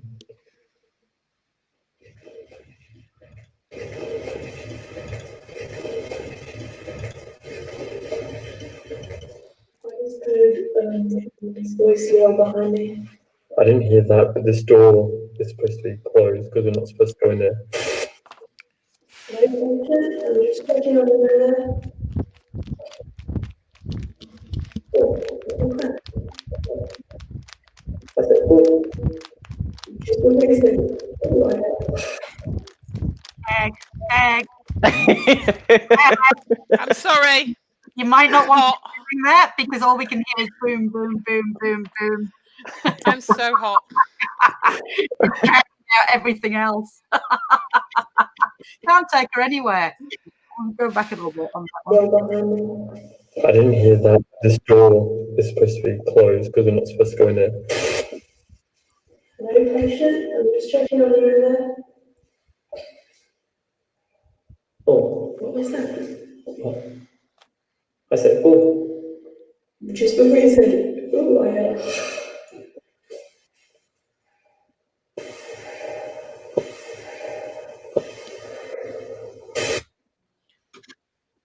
So hopefully everybody heard that.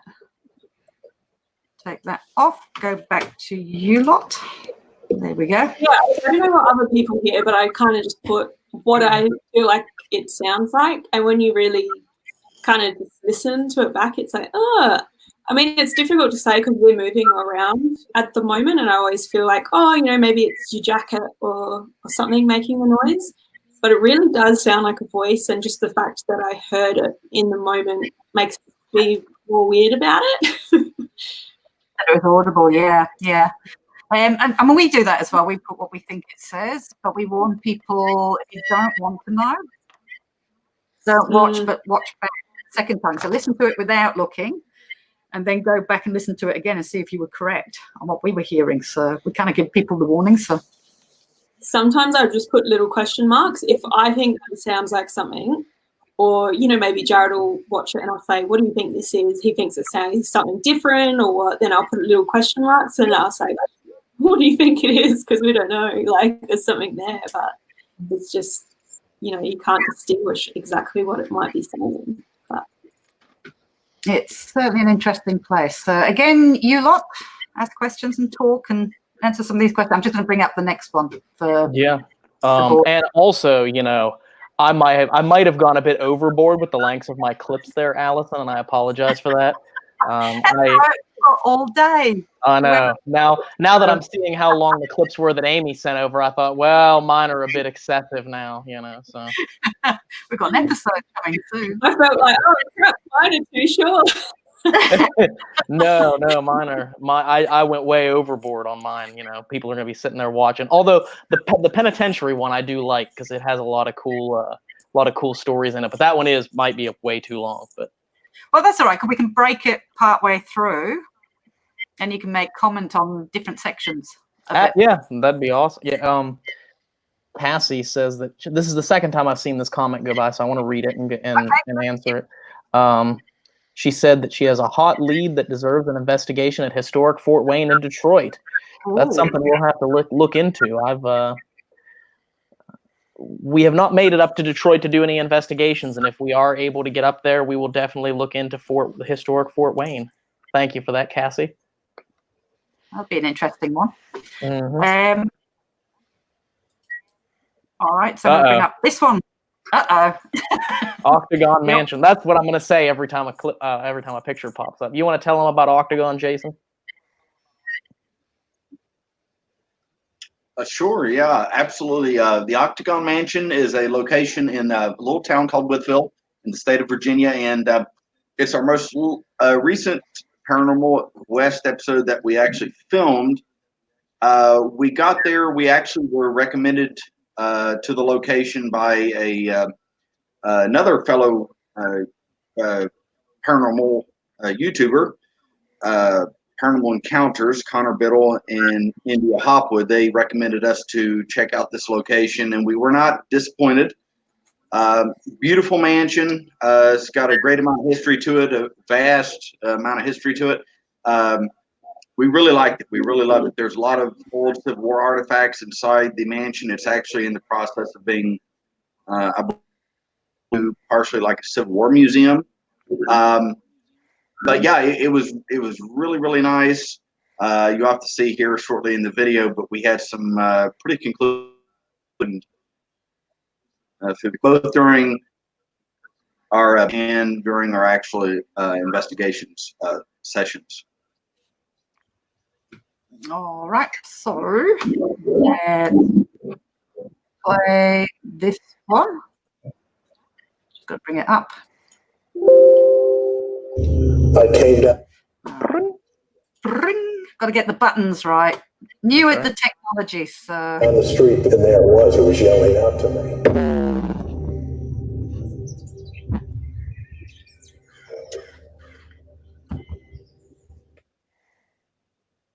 My computer's decided to stall. We are at Octagon Mansion here in Wickville, Virginia. The house itself started being built in 1866 by Dr. David Quincy Adams Boyer. And it finished and sold to Reverend D.A. Snow in 1870. This is a very interesting location, and I'm really looking forward to getting started with this investigation. Absolutely. I thought I just saw right here. That is so weird. I saw a shadow going back behind Jason over his shoulder. Straight in front of this hot water tank.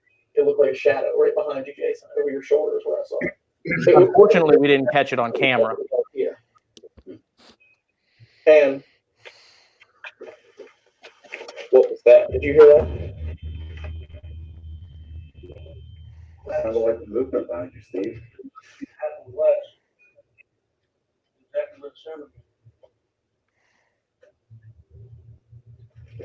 I think we need to get the equipment on and get started. Let's go dark.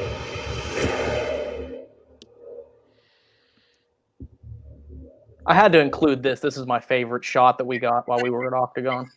This is abandonment here. So who was that walking past the window? That was the one and only Mr. Jason McKinney walking across the window there. That was well done. Very effective. That's right.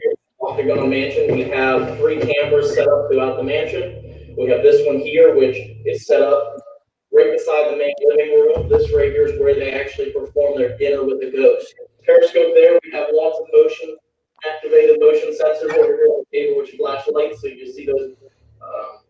They sense the motion if something moves the actual ball, like the motion sensing balls. What? Really? No.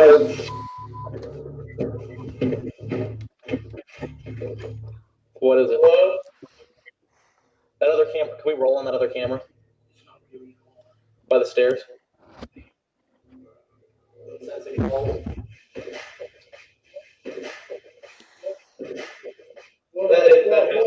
What? Something just got thrown in here. Now, this was the craziest part right here. This was when we heard, you'll hear some whistling and there was equipment that was moved. So we left the mansion here. So we do abandonment. We just leave all of the equipment in the location and we leave. We go outside, we go to dinner. And in this case, there was nobody in the actual mansion and all the doors were locked. And you'll see and hear some of the stuff that happened while we were gone.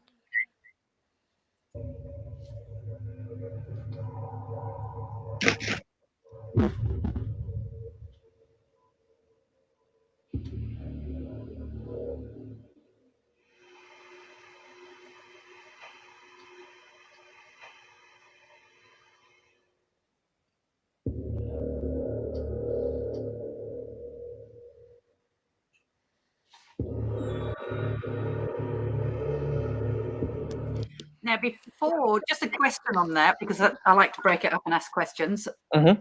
That sequence of all the equipment going off and the footsteps, was that all one sequence? I did shorten the time a little bit, but it did happen very close together. Like it wasn't that back to back, but just to make sure that sequence didn't drag on for 30 seconds, I did cut some of the dead time out of there. All right, but it's close enough that would make it interesting. You had so many bits. Right. Going. Yeah.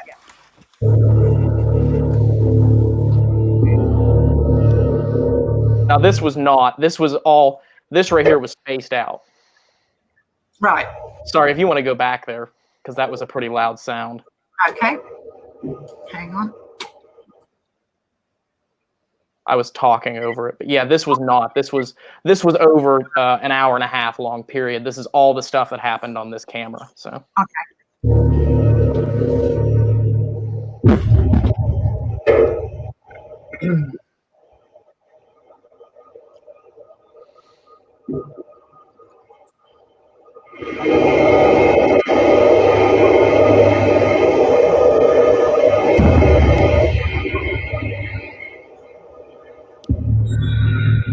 I don't know if you all could hear that whistling, but here at this end.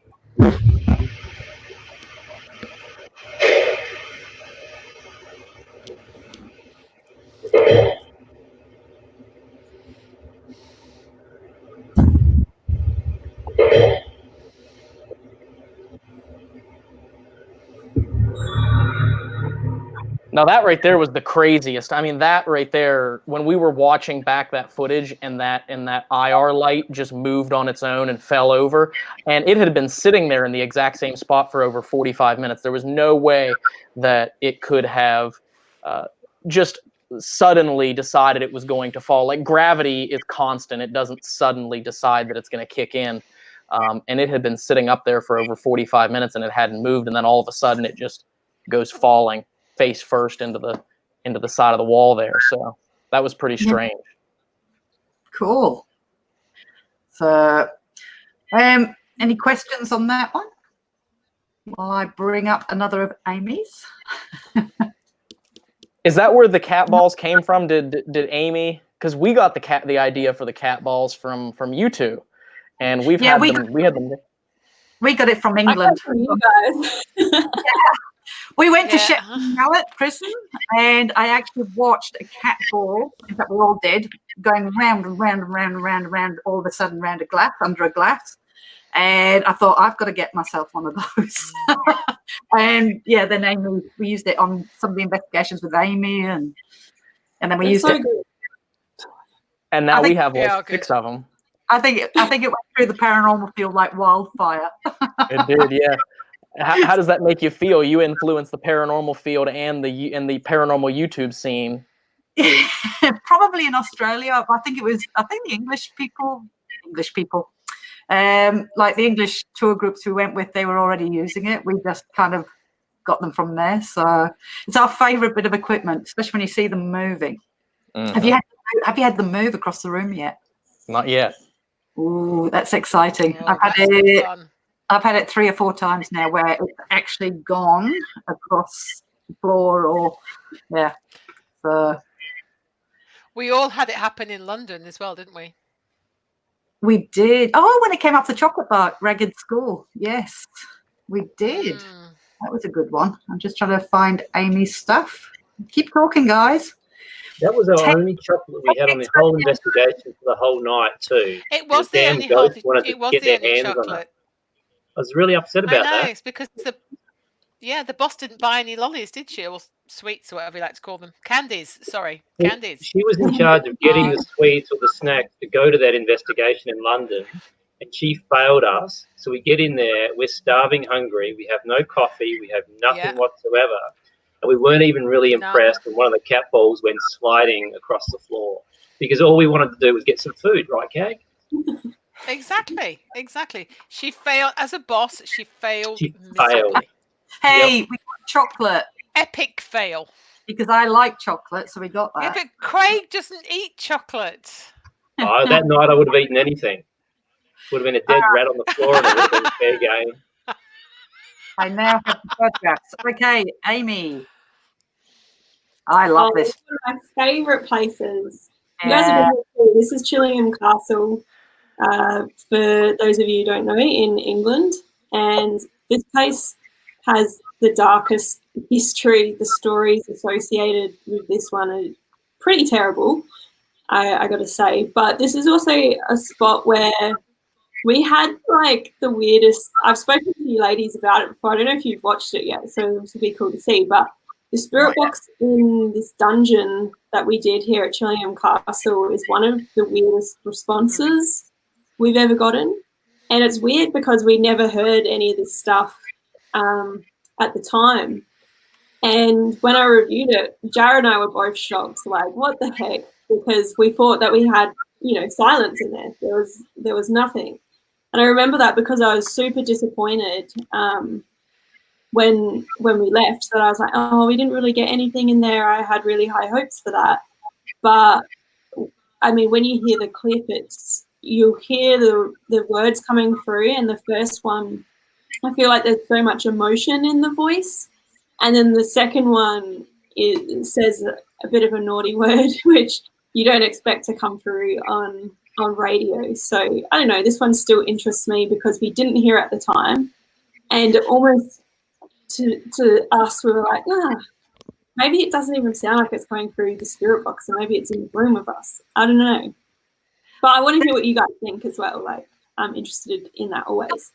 Just before I play it, it's an interesting point with the ghost box that a lot of the time you think you've got nothing, and then you go back and listen to it, and you're going, how did I ever miss that?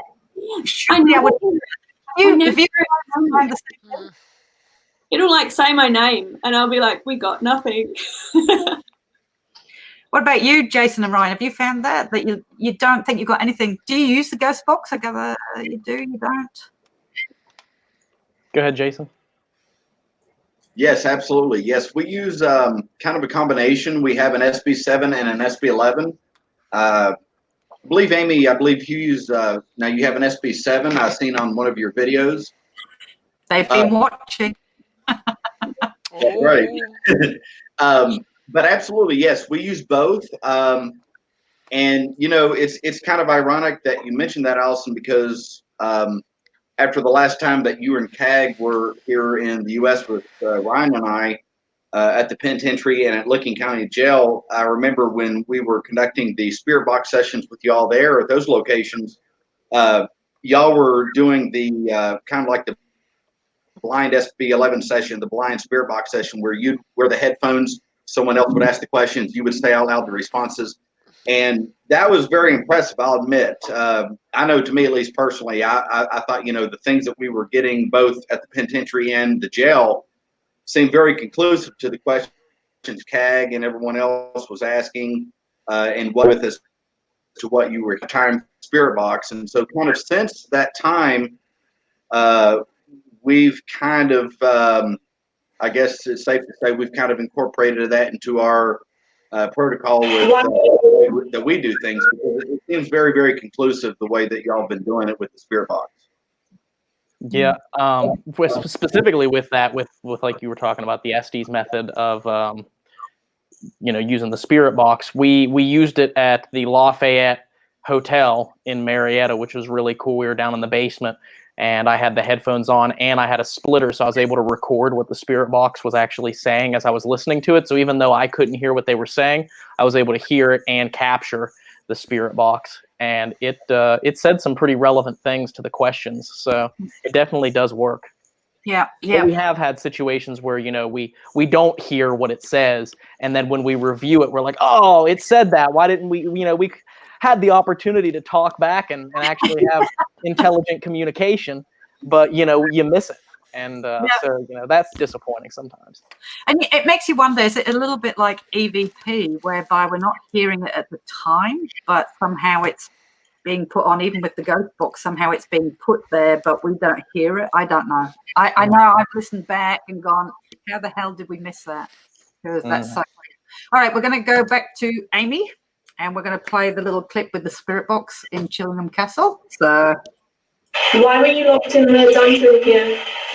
Full screen.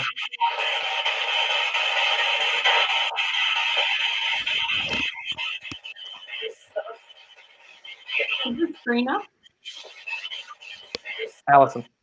oh, is it not I playing? can't see the image. Sorry? I can't see the image. It's just our Oh, faces. because I didn't do the right footage, and that's a really good one. Sorry, that's a good one. That's a great one to stop on, isn't it? Hey, I'm new to this technology. Old dog learning new tricks at the moment. Why were you locked in the dungeon here?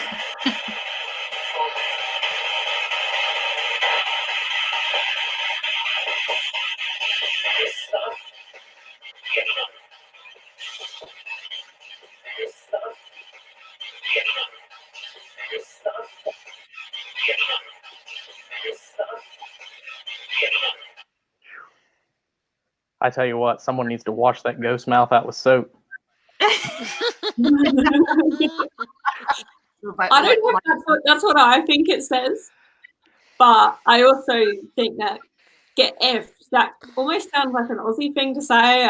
And we've had this conversation. Like, I was like, do they even say the F word back then? Like, you know, and we were like, yeah, they did. So I don't know. I think it's an interesting one. It's a dungeon, so people were left in there, and they've got this. I'm sure you guys seen the chute where they would drop the bodies down, and there's still human bones down there.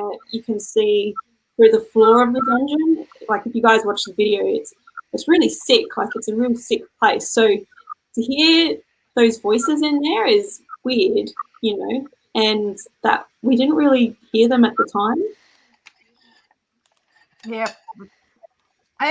But yeah, just for those, FUCK is a very old word. We looked it up, fornication under something king, wasn't it? Consent of the king. Yeah. So it is a very old word. It's not a new word at all. So Yeah. It's an acronym. Yeah. No, it's definitely a spot I would want to go back to, and I just want to go back to the UK. But yeah, I'd love to go there and stay a couple of nights in a row, because we stayed there one night, but it's incredible. Yeah, we only got there one night. Yeah, but we didn't really. We did the same thing in the room you were in, I think it was, and we had that strange noise, didn't we? And I was blaming you. And you were It's blaming me. Yeah, that was weird. And the other we thing, had children running up and down the hallway. We caught that child, didn't we, running up and down? Yeah. Mm. Yeah, there's supposed to be so many spirits there. I don't know. I could just go live there. All right. So, if we got any questions, I just don't want to get too far ahead of these people who are commenting. Jared, hello, Jared.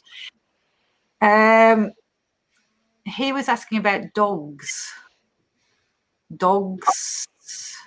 Probably because your partner, that is, Jared. In my videos, we encounter animals all the time, and we freaking love animals. And maybe the dog attacks. I don't know what he's referring to about the dogs, but we get a lot of nice dogs, but we have also had some really sketchy times where, you know, like in Romania, Jared got bit by a dog, and then we had a Great Dane bolted us into a batu.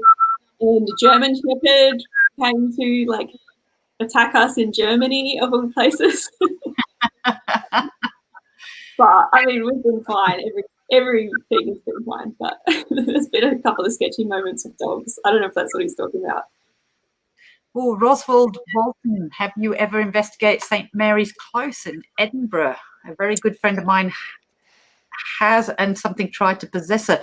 We were actually going to go and try and get that. We were offered it that we could go and investigate it. Have you ever been there, Amy? I've been to Edinburgh, and we didn't get to stay very long. That was one of the places I wanted to do, and the vaults, and I've heard amazing things about them. But when we got there, we didn't realise that it was the Fringe.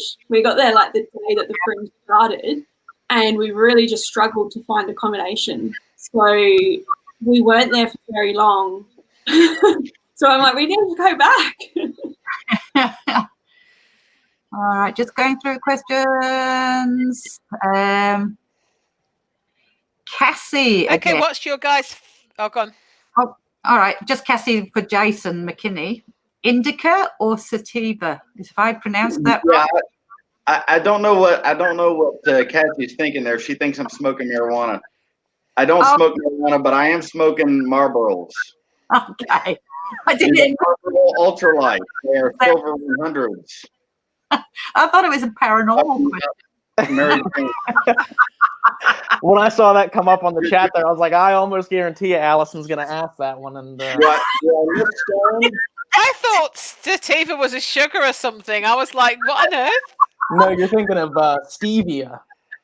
I thought it was some way stevia. These are cigarettes. That's right. No. I thought it was some way. They're also not. They're also not. I bought a packet of cigarettes yesterday for the first time ever as a trigger object, and I could not believe the price of them. Unbelievable. Unbelievable. I don't know how anybody can afford to smoke. It's expensive. All right. Actually, I think I saw this next one. Going back to the boys. I've got one. Uh-oh. This was Jason and I together. Hang on. Don't start smoking, kids. It's an expensive habit. Yep, don't smoke. I never have. Jason's smoking away there.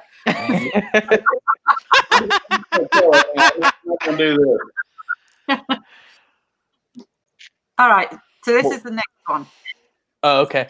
Yeah, this was an experience that Jason and I both experienced together. It was pretty crazy. But this is Post Town School.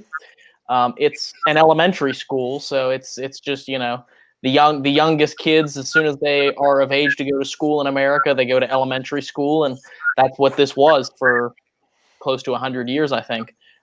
Maybe not quite that long, but it's one of the more popular paranormal locations in the state of Ohio because of the history that happened around the school, not just for the fact that there was a reported case of a young girl dying in the school. She fell over the railing and fell down the stairs and ended up dying. They believe she haunts the school. But also, before the school was built, there was a really bad train accident that happened in that area that had multiple casualties because the railroad tracks run right behind. The train tracks run right behind the school there, and they believe that maybe some of the spirits of that train accident, when the train derailed, might have actually come over to the school. But also, I don't know if I'm getting this term correct. Jason, do you remember what he called that? Was that a baby farm when they were talking? Yes, it was. Yes, baby farm, which essentially do you remember much about that, Jason? It was basically a home for, or not really, it's not even really worth calling a home, but it was a location that babies of destitute mothers, babies that, I mean, it sounds bad, but for that time, no one really cared about that's where they would send them. And unfortunately, it was for their well-being, but in all reality, it turned out to be almost an area for them just to go more or less die. It was a pretty grim scenario, but that's where a lot of babies were sent.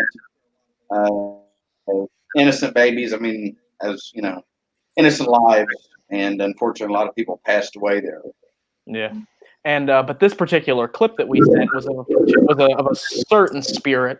Now the owner of the school who lives there, whenever we were investigating, he asked us. He said, "Now, unless you capture something directly related to this spirit, don't put his name or mention him in the episode because he still has family that lives in the area, and out of respect, he didn't want us to just throw his name out there publicly for people in case they did happen to watch it." But we caught this crazy experience with him in the boiler room.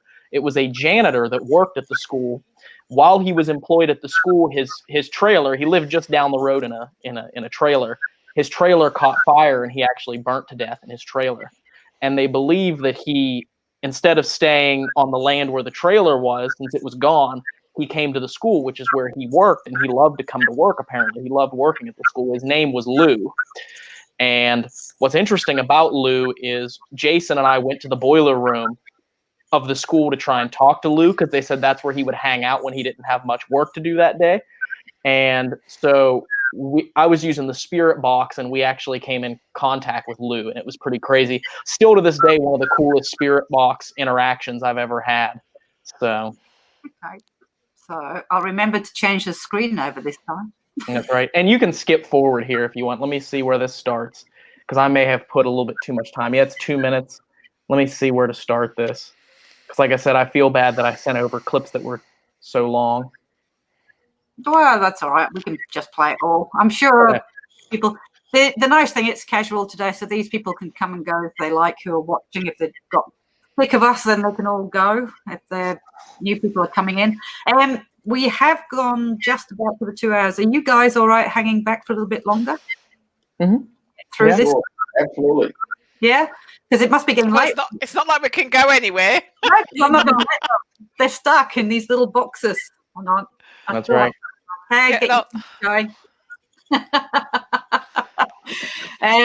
So yeah, I mean, I'm quite. Are you all right, Amy, to stick on for a bit longer? Or? I'm good. You're good. Excellent. Good Friday. What else can we do? Nothing's open. We're not allowed to leave our homes either. We had text messages from our government yesterday. Do not, on all our phones, do not leave your home this Easter. So, I didn't get one. Didn't you? The government doesn't care about you. No. I did. I got 2. Nah. I got one on every phone. Oh, you probably got mine. We got warned. All right, let's go for this one. Back to the big screen.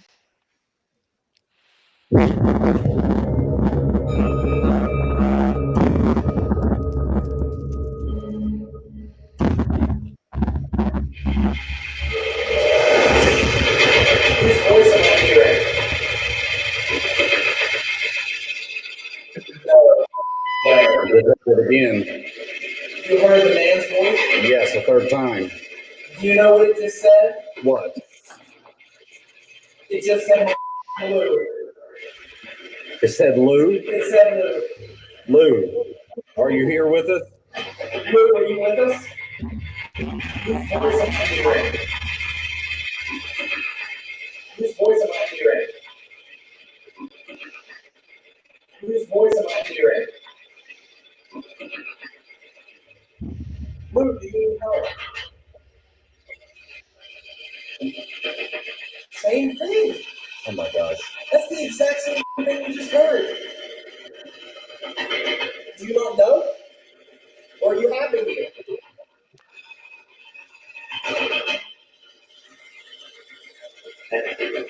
Happy. It just said happy. Oh my God. You heard that, didn't you? I heard it. I definitely heard the male voice, yes. The male voice that just said happy. I feel it. Are you all right? Yeah. It's just emotional, you know? Yeah. Holy shit. In nearly a decade of paranormal investigating, I've experienced many moments of revelation, but none can compare to this. As Lou's voice comes out of the spirit box, telling me that he's happy at Post Town School, I'm suddenly overcome with a flood of emotion.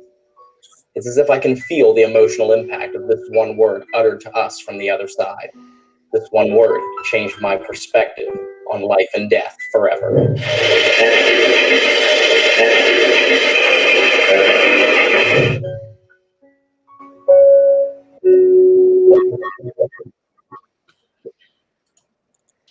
That's pretty cool because everybody Wow. think that spirits are there because they're troubled or unhappy, and it's so great to have something like that. I'm happy. Yeah. Oh, I it like was amazing. Yeah. Yeah. I like it. Yeah. In the moment too. Yeah. Sorry. Go ahead. Who? Craig. Did Craig say something? That was me. Did Jason say something? I thought I just heard a man say something. Ooh. It's a ghost. Maybe it's Lou. Have an attachment. Still there. There you go. Yeah, Lou's coming through. But what was interesting is, it was literally right after I asked the question, I said, do you need help or are you happy here? And it was, immediately it said that exact, it said, you heard it said happy. So me in the moment, I just kind of, I really felt it, and I got emotional. And some people, we've had comments in the past, people are like, "Oh, you're being over dramatic," and but it really was a moment where you could feel that, that emotion and that almost that tranquility, and it was emotional to experience that. So it was cool. But I find that as well when you do get something out that's directly answering, and it's a more than coincidence you get the words that come out. It is emotional. It's just that real excitement, emotion, and but that one must be extra emotional. Happy. I love that. Mm-hmm. Yeah. It's nice to think they are happy, some of them. It's not all bad. Quick, before we go to another one of Amy, just going through quickly. Did anybody see any questions to answer, or is it I've been following? I sent one that I looked annoyed, and I'm not annoyed. My face just looks like this. She's just a grumpy old, I've grief. No. That's her focus space. Both her and Lou are happy. These three guests are some of the nicest people you're ever likely to meet. Oh my God, yeah. And this Definitely. is why So polite. I paid her to say that. Yeah. Into my account, mate. Into my account. It's all good. When you next come over to see you. They are the, Jason and Ryan, we first met when we did the investigation which we'll get to in a minute, at West Virginia. We'll get to how we met. And Amy is just the loveliest person. That's why we were going to get them this weekend to talk together and work together on investigations. Unfortunately, we didn't see a massive, great pandemic hitting the world when we did that. Whoops, my Easter bunny is trying to escape. He's running away. They are, honestly, they are the most genuine, nicest people, and they can pay me all the money they like later. All right, let's go back to keep talking while I bring things up, guys. Oh, I've got no video. Jason, can you smile more, please? Because people are complaining you're not smiling. Yes, I'm going to smoke some more weed too while I'm at it. That way I can smile. That'll work. Yes, he wants to smoke some weed. Yeah. Oh, that's all right, because I've finished my drink, so it's all good. You smoke weed, I'll drink. It's all good. I'm just Cool. How's your bourbon going? I haven't gotten any, and I was thinking about getting up and getting a glass, but I didn't want to leave the chat to go get it. We'll give you permission. I'm going to go to something of Amy's. Amy, I've got 3 photographs of Corvin Castle. No video, or did it not download, or you're just going to tell us about it? I didn't know how many clips to send, so I just sent you a couple of clips, and then I was like, I'll just send her some photos of places that I really, really loved. So this about it then. Ryan, this bourbon. I'm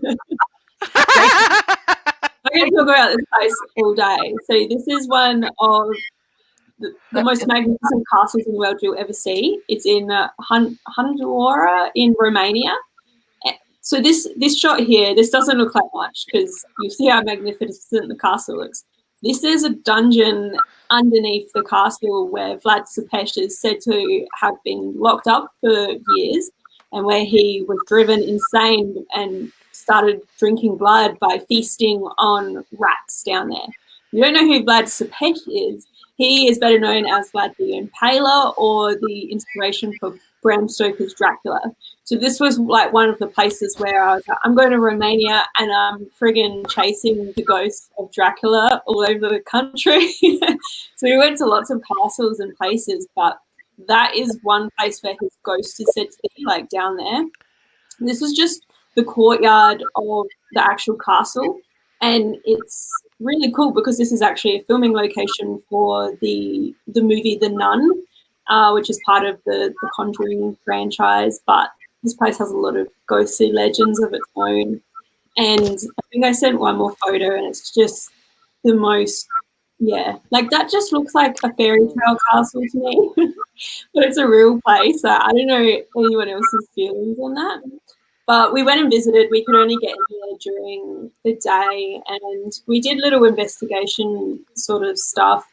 I don't think we picked up a whole lot. If you watch the whole video, you'll see there was one weird kind of EVP possibly that we got in this one room where there was a monk is supposed to haunt. And it sounded, it was like as I looked up a fireplace or something. I can't remember what I thought that it said, but I put what I thought that it sounded like to me in English. But there were a couple of people who commented and were like, actually, it sounds like it's talking Romanian, and you know the English word for that just sounds like our word for this. I think it was something like translated to "it's dark" or something like that. Like, so I don't know. It was an interesting spot, and I just was like, I'll just send out some photos of this one. It does though. It looks so fairy tale. It would be hard to think about Vlad the Impaler doing stuff, you know, and it's in the dungeon haunting down there. But it's just an incredible spot. It's also really cool because Romania is less visited in general. It's still like you still get tourists there. But we went and there was like no one there. And you just have these beautiful castles and like next to no tourists. Like if you go to say the Tower of London, there's just no room to like breathe in there when you go through, you know, with all the other tourists. But, you know, that place, there was like, I don't know, a handful of other tourists in there with us. So it's just really, really cool. So I just saw a question coming up. You need to get back to Romania. Cassie. Yes. Thanks, Cassie. Melly watching all your Vlad videos. Mel, how are you?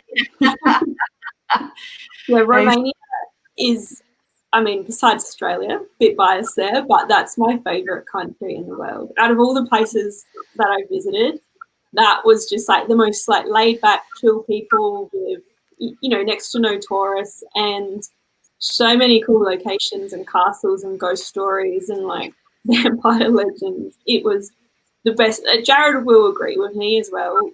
We just had the best time there. So that's why I've always like put, you know, Corvin Castle out there. I'm like, that place was just beautiful. And that was like the best day ever. Cassie also says Romania was your best videos, hands down, that she liked. But then Brittany says, no, the Paris catacombs. I'll show some photos on those in a minute. We do have those as well. Amy, is your house haunted after hosting the game? Oh, that was your video you did, wasn't it? Yeah, so I don't know. Because we're all on lockdown now, I thought, you know, I've still got a lot of episodes of investigations of these cool locations that I've been to. I've got my whole Tassie series to come. But I thought I don't want to just blow through all my content and then who knows, this could go on for a long, long time. So I was like, I'm going to do something a bit different to show I'm on lockdown with everyone. So I did one of these paranormal games. I don't know what anyone's opinion of them is, but hey, I was like, I'm going to play the hosting game. And it's basically to invite spirits into a particular room inside your house. And I was surprised at what we got when we did it, because we actually had some stuff happen. And I'm like, God damn, like, more stuff happens in my friggin' bedroom than when I go to like this big haunted place that I have to travel halfway across the world to go to. So it was really weird. But I mean, nothing really has happened since. There's been a couple of things, but I just feel like I'm just hyper aware that oh, is there a ghost in here? You know what I mean? So I'm reading more into noises or stuff happening. I don't think my house is haunted though. I wish. I wished. All right, now Ryan's probably going to say the same thing that he said earlier. All I have when I downloaded your stuff in the zip file for Revenant Acres Farm, have I pronounced that right? Yes. Is a photograph. That, I swear that's in there, and that's unfortunate because that's the video of Jason running from the lightning. I really wanted to show that, but I mean... Well, I'll tell you what, let's leave that one because what I'll do is while we talk about, maybe I'll go to your next one and I'll see if I can track it down on your, I don't know how it will play from Google Drive, but I'll see if I can track it down on there. So let's go to another one that I do have video for, St. Joseph's Hospital. Let me just bring a photograph of that. Favorite. All right, let's go to that one. There you go. Jason, what's this about? Yes. St. Joe. Wow, it's kind of hard to know where to begin with that location. We all loved it. It was, personally for me, it was probably one of my favorite locations I've ever been to, much less with the guys. Over 100,000 square foot hospital. It's been closed, I believe, Ryan, I believe since like 1999 or so. So almost 20 years, around 20 years, it had been closed by the time we investigated. We had full access to the entire building, every single department. Most all the windows in the entire hospital complex were intact. That's, obviously important just to take note of because it was rather soundproof. We didn't have any problem with wind blowing in. Not a whole lot of problem with street noise. But I mean, it was incredible. The spirits inside that hospital are some of the most intelligent we've come across, or at least in my opinion. Very, very palpable at times, the presence you could feel inside this hospital. And it didn't seem like no matter what inch of the place that you walked through, you were always feeling like you either weren't alone or you were being watched. Certainly a mix, a very, very healthy balance of both residual and intelligence going on at this hospital. All right, so while you're doing that, because we did a hospital very similar, didn't we, Craig and Cag? It brings back a lot of memories just seeing that image. Oh, very similar. Because, we didn't get any aerial views of it, but it's very similar from the front of it where the emergency department was at the old Royal Adelaide Hospital. Yeah. There's so many similarities, and that was one of the most interesting places we've investigated recently. Unfortunately for us, we're not allowed to put anything out about the big hospital because of, how did you go with sensitivity, by the way, guys, on this? Before I show you the video, obviously it's not a old hospital as it still had modern patients in there, obviously a lot of deaths. How did you lot go with sensitivity on it? As in, obviously there was people who still had dead relatives who had passed away there. Yeah, I mean, it's interesting. Now, we were given access to the hospital by a paranormal group in Ohio, and they didn't really give us any information about specific people that had died there. So we really didn't have to worry about mentioning anybody's names, and we didn't really capture any specific names in relation to the activity there. But it's kind of eerie because we'll still get comments on our YouTube video about, oh, I was born in this hospital, or my mother was born in this hospital and my mother died in this hospital, and it's kind of strange and eerie to actually have people on YouTube watch the video and then tell us, I was born here or my relative died here. And but at the time they didn't really give us any names or information about the people that had died there. So we didn't really bring it up. But they didn't mind you putting stuff out there. See, our government Right. didn't want us to put anything out. So we got heaps of footage and stuff, balls going across beds. And unfortunately, we're not allowed to for sensitivity reasons. However, if anybody does want a morgue table, I have 3 from the former Royal Adelaide Hospital, which I have to sell. They're taking up my bed at the moment. So there you go. Just saying, anybody wants a couple. Jared, if you're still watching, can you buy me a morgue table for my birthday? Oh, yeah, that'd be great. It'd be a nice bar. You could have your little groove on there. You can put your nuts in. All right, we're getting off track. St. Joseph's. Let's play the video. So if you've got any comments, just let me know and I'll put it on pause. About 4 minutes. Whoops, I've got to put it on the screen as well, haven't I? Take back the beginning.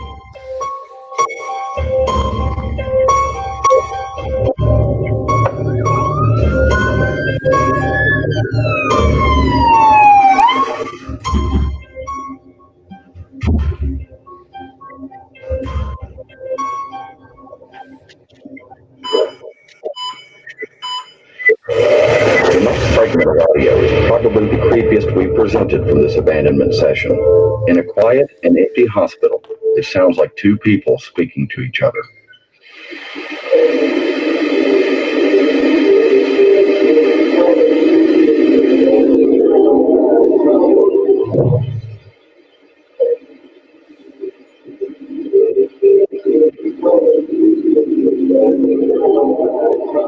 This seems to be more electronic and can be classified as an electronic voice phenomenon, or EVP.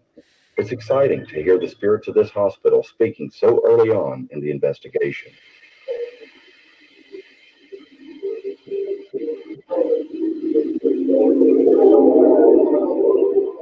The third floor was ripe with poltergeist activity, as a door very close to this digital audio recorder opens and shuts again all on its own.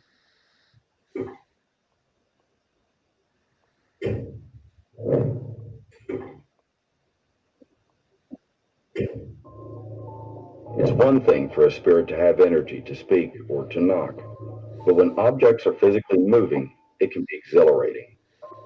Though nothing could prepare us for when we went to collect the route of diode to end abandonment. We were picking up abandonment stuff, and we walked up here, and the routed is literally thrown off of where Jason had it set up. It was sitting right there. Yes, it was sitting. It was like this, actually, guys. The recorder moved because I had the recorder right here. The router was like right here. It wasn't on this. It moved it over and that pulled it over here. It had to because. Yeah. You hear that?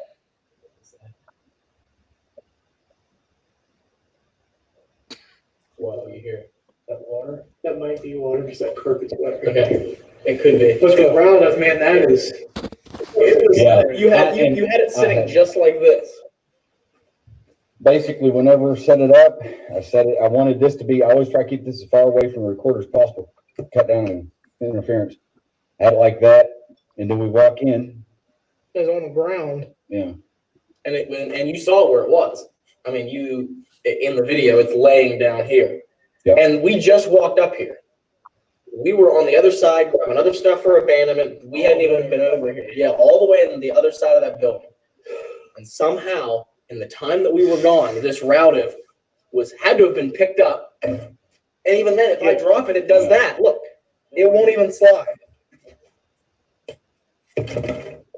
Wow. It won't even do it. No. It literally would have had to have been pulled. If you watch, it literally would have had to have been picked up and pulled downward. Right there. And that's where it would have caught because the recorder would have caught against this lip on the. Right. I drove to pick it up. Really crazy. That is something. We have no way of explaining how this diode slid across the cardboard surface and fell from this box, other than classifying it as a paranormal occurrence. When we played back the audio recorded by the diode, you can hear it sliding, and you can hear the exact moment it falls.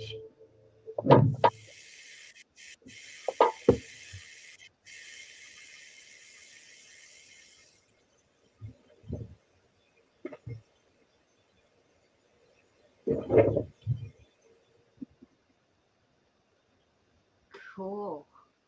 Oops. Get back up again. Oh. And is everybody familiar with what a diode is? Because Jason can explain a little bit better about, how he came across the routive diode and what it actually is, if people are interested. I've got a small version, but yeah, no, go for it, Jason, because most of the people on here wouldn't know, so definitely. So a route of diode, it's basically like a crystal radio set that's been detuned more or less. On the top of the unit itself, there's like a little copper receiver. It looks like this is like a little copper plate, and it's probably about 2 inches in diameter, and that again is like the receiver. And what the route of diode does whenever you plug it into your digital audio recorders is it doesn't actually record your and I voices as it is right now that we hear each other, but it records noises that are within like a certain frequency range. So basically, it doesn't capture, again, voices, ambient noise, otherwise, like a typical recorder would. So almost by definition, anything that you would hear on one of these diodes upon review would be almost technically paranormal just by definition under a lot of cases. They're very, very interesting. It's kind of borderline experimental equipment. There has been a couple times, though, we've had some interesting results off of it. Ironically, this was probably the most interesting result we had because of the route of diode, or with the route of diode, but yet at the same time, it wasn't anything that it captured. It was just the fact that, as you could see, it moved. Yeah, and what was really weird about that is we had, excuse me, choking on bourbon apparently, we had actual recorders and cameras set up. Well, we didn't have cameras set up on that floor, but we had recorders set up just down the hallway, not anywhere close to that, but if it was a person or a living person that was wandering around the hospital moving our equipment, they would have been captured on the other recorders that were on that floor. So, and they didn't pick up anything, so the hospital was completely empty to our knowledge. None of the other cameras or audio recorders that we had hidden throughout the hospital picked up any evidence that there was a living person wandering around. So it was kind of creepy. I mean, the silly thing is I've got a couple of those that you can attach, as I said, to the voice recorder, and I really haven't used them. So maybe it's time we did see what we get. So you've had good results with them?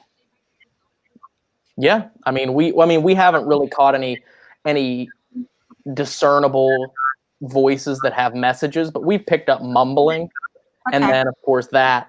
But it is very few and far between, which kind of helps point towards the validity of that diode. If you were always constantly picking up voices, it's like that theory, like if something works every single time that you use it, it's probably not paranormal.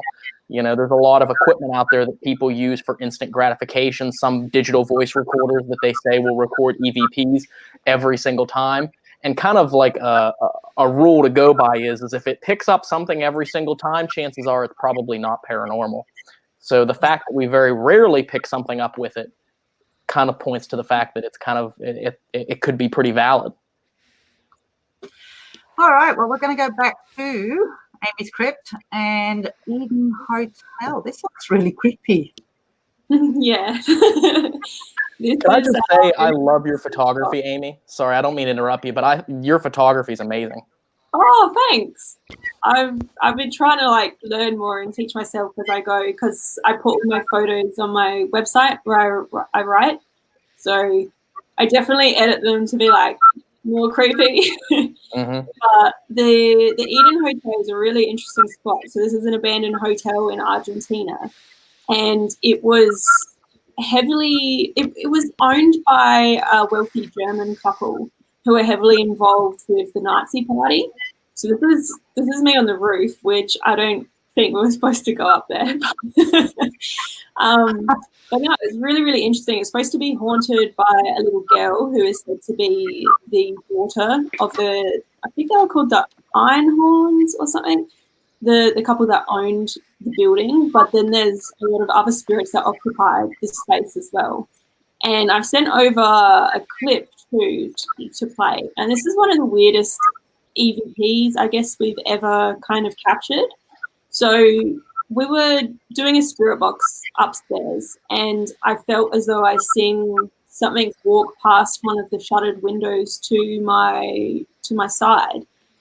And I thought, I need to go suss it out. So we cut the spirit box, we walk over there, and I mean, you hear what comes through when we play the clip, But I also picked this clip to send. Not only is it just a really weird voice that you can hear, I just like the fact that this is also, and I don't know what everyone else's opinions are of it, but that it's in broad daylight, because a lot of people, there's a preconceived conception that you need to go ghost hunting or paranormal investigating at night, but I reckon ghosts, if they do exist, they're just during those times, so why couldn't you pick up evidence in the daytime?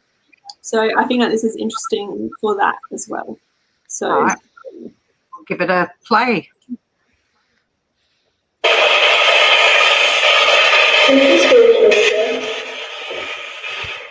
I swear I just seen something flash past that window, and I'm not even kidding.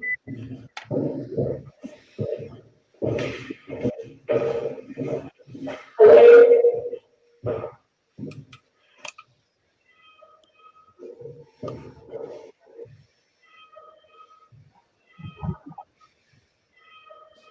Maybe it's just that this hotel is so creepy, or these shades letting light through.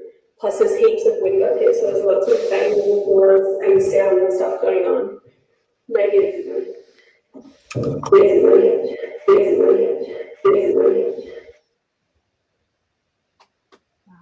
right, bring you back up.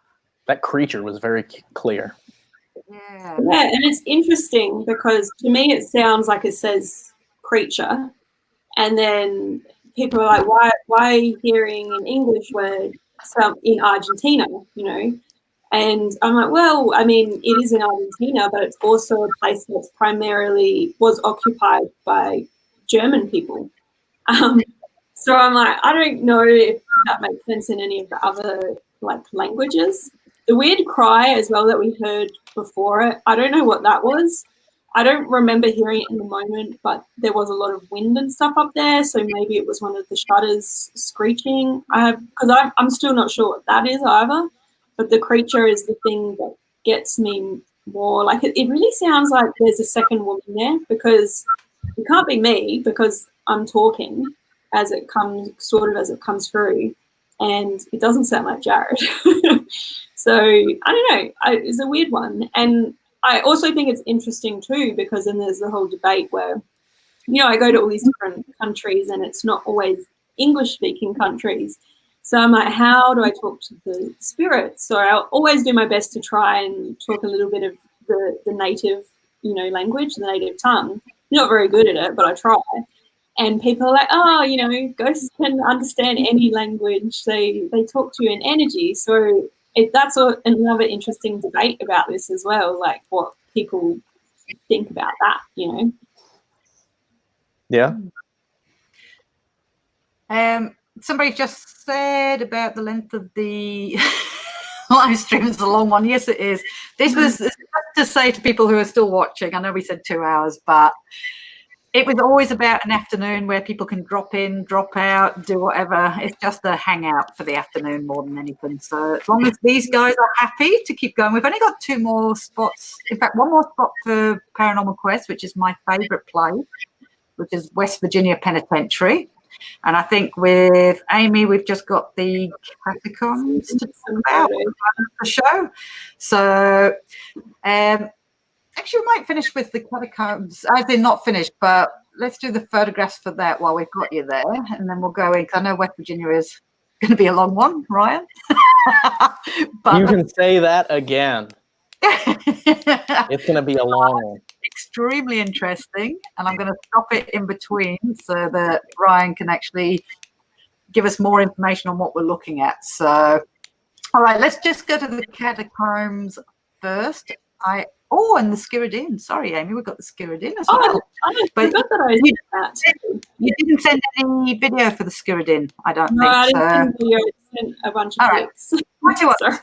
Bits, then with West Virginia, and then I'm going to come back to you, because I'm going to try and find the Adelaide Arcade with Ghost Cubes so we can plug Jared a bit for you. All right? I've just got to go back and find it. Let's do this first. So, all right. Now, I've just got to get it up. So there we go. So you're in the catacomb.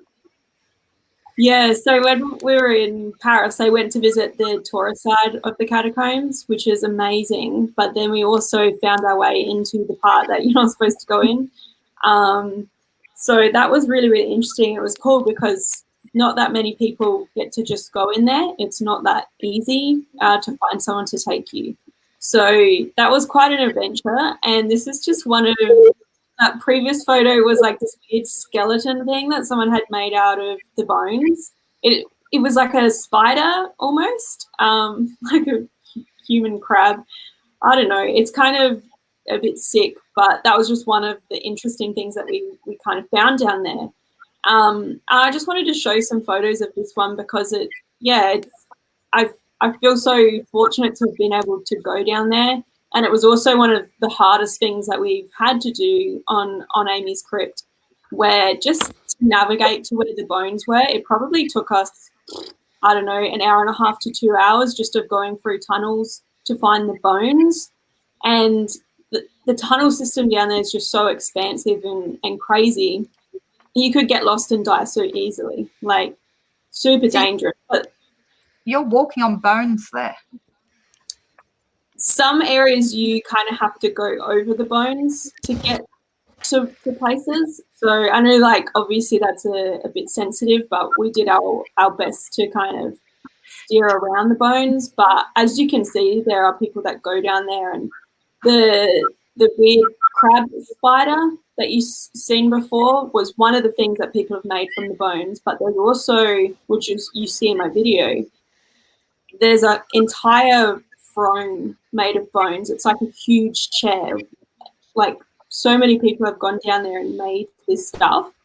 So this one here, I believe this is actually looking up, if that makes sense. So picture looking up, and this was one of the shafts where they dropped the bones down, and it's kind of like jam-packed with bones where they're all just sort of stuck there now.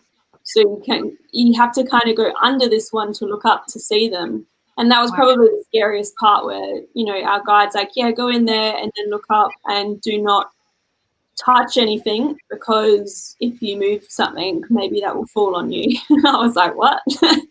So, yeah, I don't know. That was just one of the most interesting spots. Oh, spoiler alert. Spoiler alert for the next one. Hang on. All right. Do you want to talk to this one or come back? Or? Sorry? Do you want me just to talk to this one, or? Have you finished with this one, or do you got? Yeah, I mean, I just wanted to show some photos of there. Is there any ghost stories associated with it, or? Yeah, so there's the remains of some. They estimate about 3 million people, I think, off the top of my head, down there in the catacombs.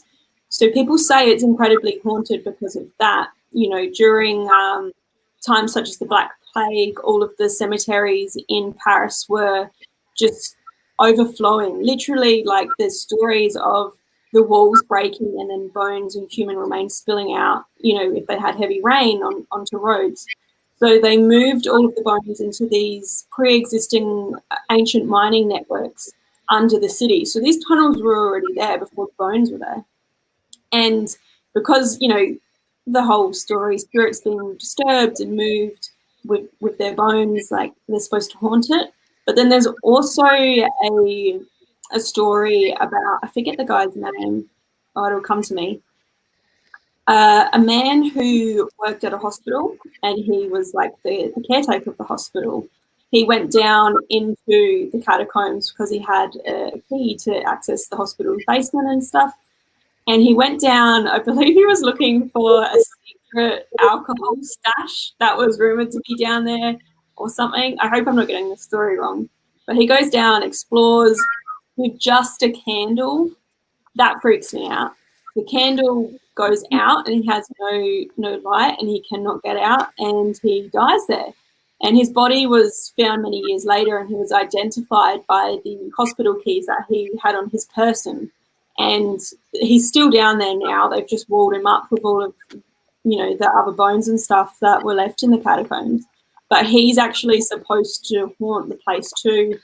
But he kind of is said to be like watch over the cataphiles type ghost. So he's not nasty or anything, and he's supposed to help people, although there are some other stories where if someone's down there with a candle, he'll blow out their candle.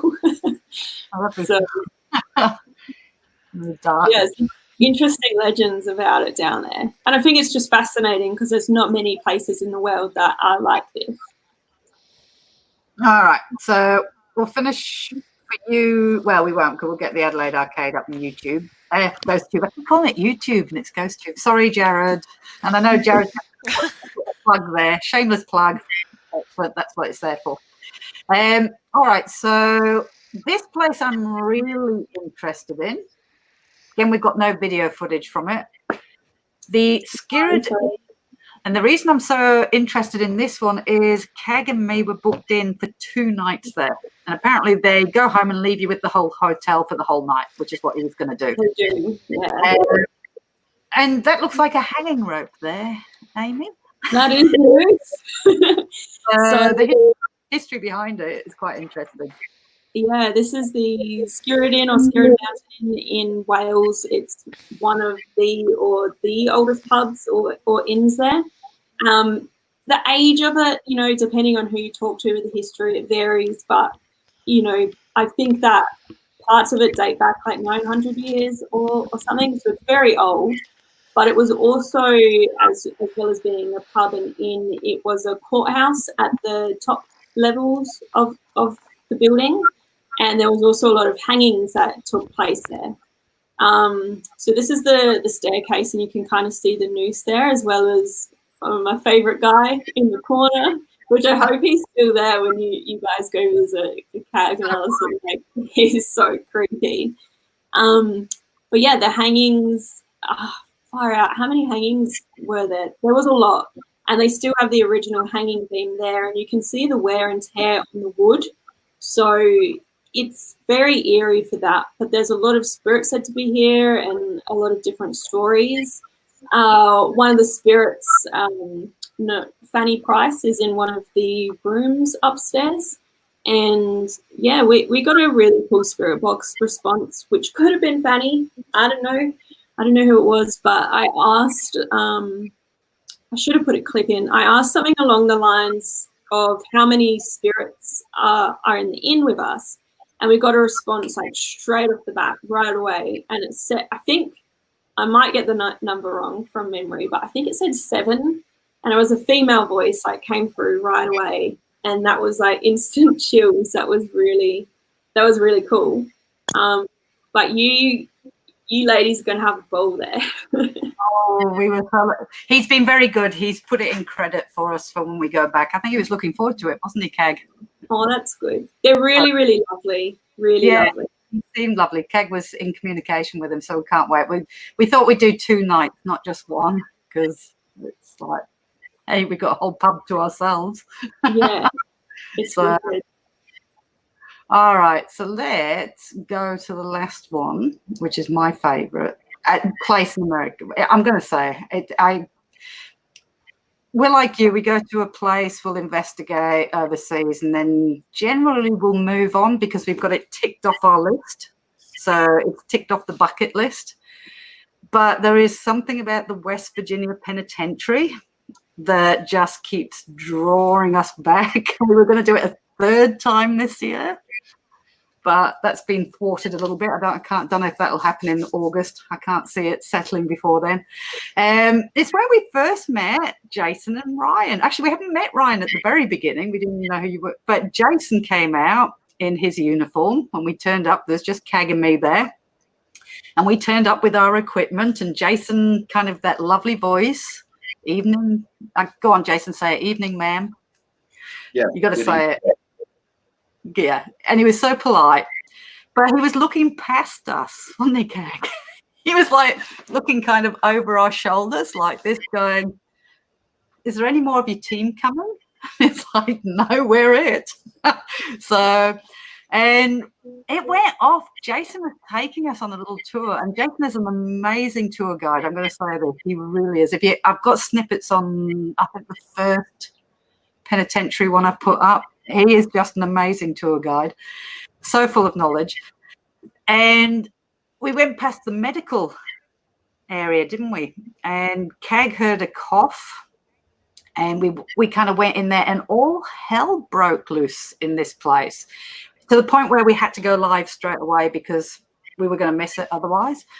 And then we got back, we were so excited, decided to have a break, and then Ryan turned up. I don't know where you came from, Ryan, because we didn't even know you were there.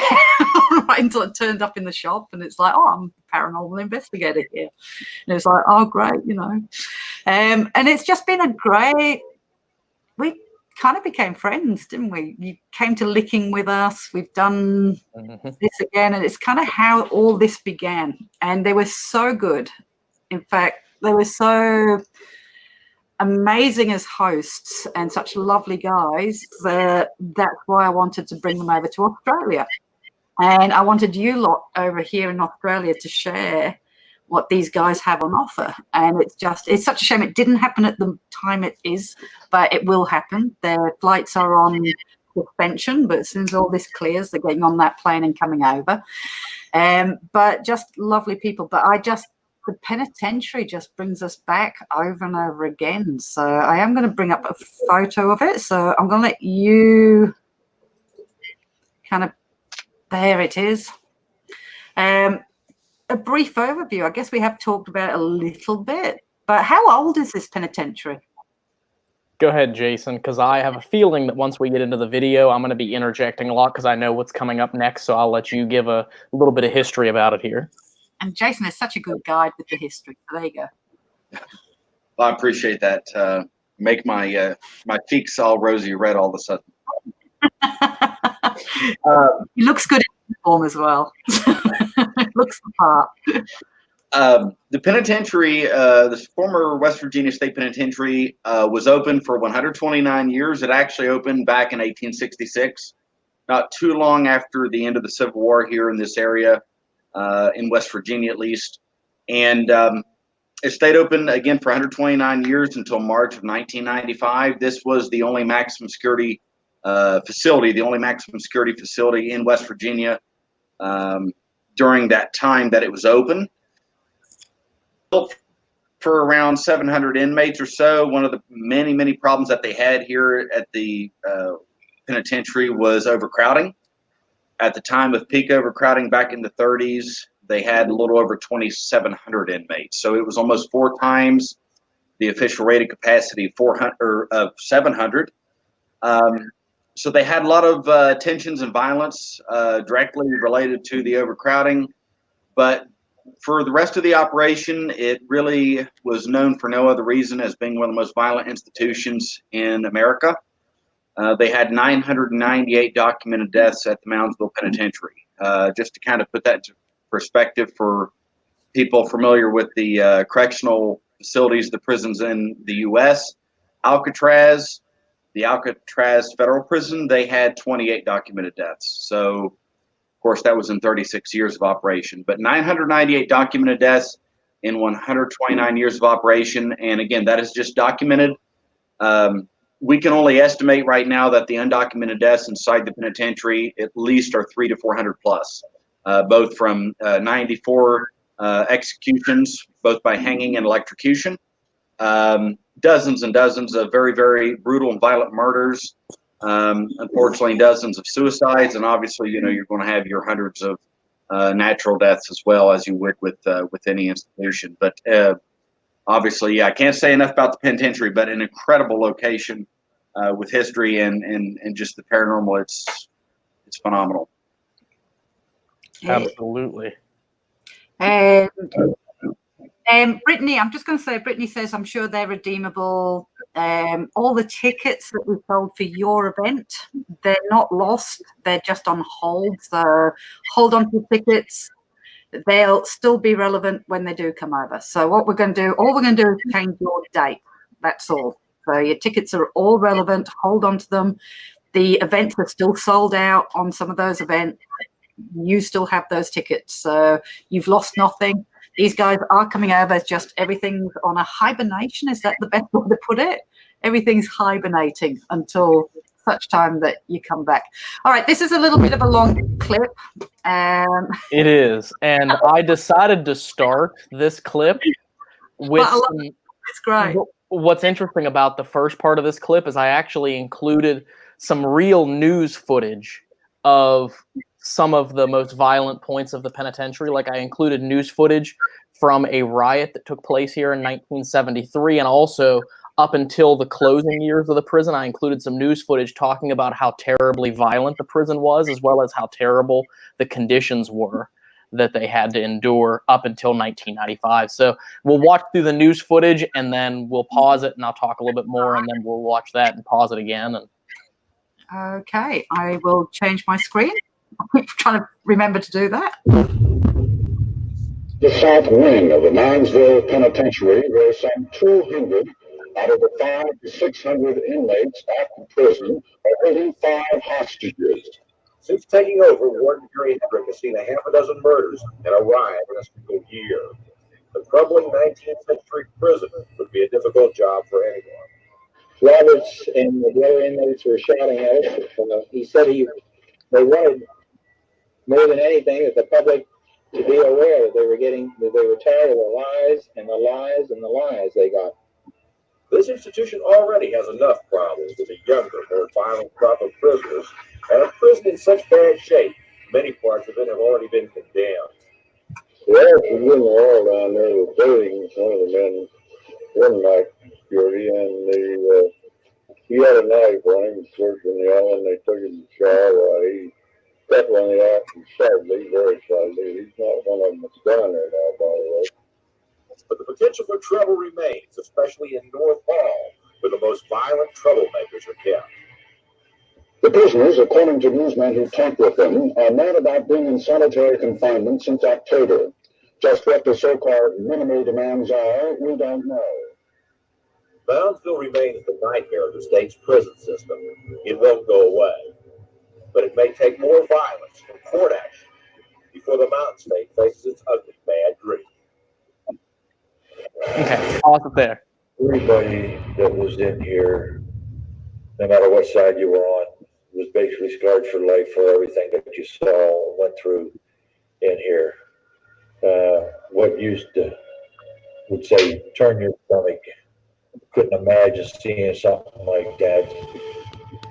Did you want Alison to stop it? Yes. 2 years later, and you smile. So, just to preface this, this is actually a good friend of ours. His name is Chuck. Chuck worked as a guard at the West Virginia Penitentiary for about 9 years, I believe, from 1986 to 1995. And he's a tour guide there now. So if you come and visit the penitentiary, you might be lucky enough to actually get to meet Chuck. But Chuck has a lot of stories of things he's seen and witnessed from when he was an officer at the penitentiary. And he's going to tell one of the stories here, but he talks a little bit about how once he started working there, he was not the same person as he was before he had actually been employed there, because of all the things that he witnessed, the murders he saw, the violent things that happened whenever he was working. And the story that he tells here is just one of numerous things that he saw that he says at one time used to turn his stomach. So yeah, we'll let Chuck tell the rest of the story. Because it's minor to some of the other things that you've seen in here. Probably the most gruesome one I saw was the Yankovic killing, where he took a 25-pound weight plate and buried it in his forehead, and the top of his head exploded, scarring his brains all over the ground out here. And then you stop and think about yourself, how much you really changed, and how you have to cope with everything. That seeing someone injured and you're laughing about it is the only way you can cope with it on a regular basis. This is just one of hundreds of stories of violence and brutality that was experienced within the walls of this penitentiary. Hearing stories like this really makes you wonder, what kind of a mark did this violence leave on this building? And did the inmates who died within it ever leave? Okay, pause it there. Pause. Yep. Because I do love this one. This is my experience. So everybody always asks me, what is the experience that got me into the paranormal? What actually, because everybody has that first experience that propels them into investigating the paranormal. This is the one that drew me in and really kept me coming back for more. I was in the penitentiary, and this was shortly after I started as a volunteer here. Now, mind you, at the time, whenever I actually captured this, I was only 15 years old. I was a volunteer there. I was coming to help the full-time, or the employee, the tour guide, her name's Lori, who gave the tours for the ghost hunts. And while she was out on tour, I'd go out and investigate. Now, I know that the time that this experience happened, there was nobody in the building because they were all out on the yard, because shortly after it happened, I looked out the window and they were all outside. So what you're about to hear happened with only myself and the other guy that was with me, who was also about the same age, 14, 15 years old. We were up in the old psych ward, and we were doing just a basic EVP session, asking pretty obvious questions, pretty generic questions, so to speak. We actually were asking, like, what year is it for you? How did you die? All those basic questions. And we didn't get a response from anything intelligent. But when we were sitting in that room, we heard what you're about to hear. So, and it about made us jump out of our skin, to say the least. And we'll listen to the recording, and then Allison can pause it again, and I'll talk about a little bit about what we caught and what we heard.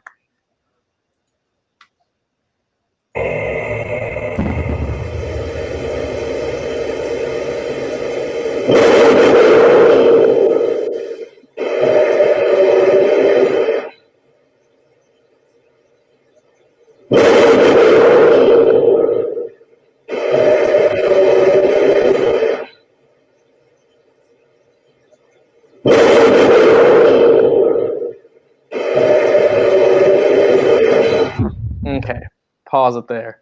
So this was probably the craziest thing to this date that I've ever experienced. It was inside, like I said, in the psych ward of the penitentiary. We were sitting there. We had no idea this was going to happen. We asked a question, and we waited probably 20 seconds longer than we normally did before we asked another question.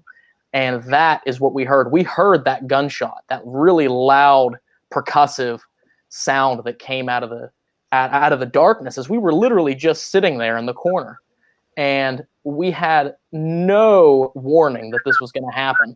So we were, I see people saying, my ears, wow, that's crazy, gunshot, that's scary. Yeah, and imagine sitting in a dark room and having that just come out of the darkness at you. We literally about jumped out of our skin. We were so scared, actually, that we couldn't even breathe to say anything. We sat there for about 15 to 20 seconds before we even said anything. So that man's voice that you hear right after the gunshot sound, that was something that we can't explain, something that we didn't hear with our ears. So it was an EVP. And the first thing, I was the first person to speak after we heard this sound. And I kind of, once I was able to muster up the courage to say something, I yelled down through the entire medical floor of this penitentiary and said,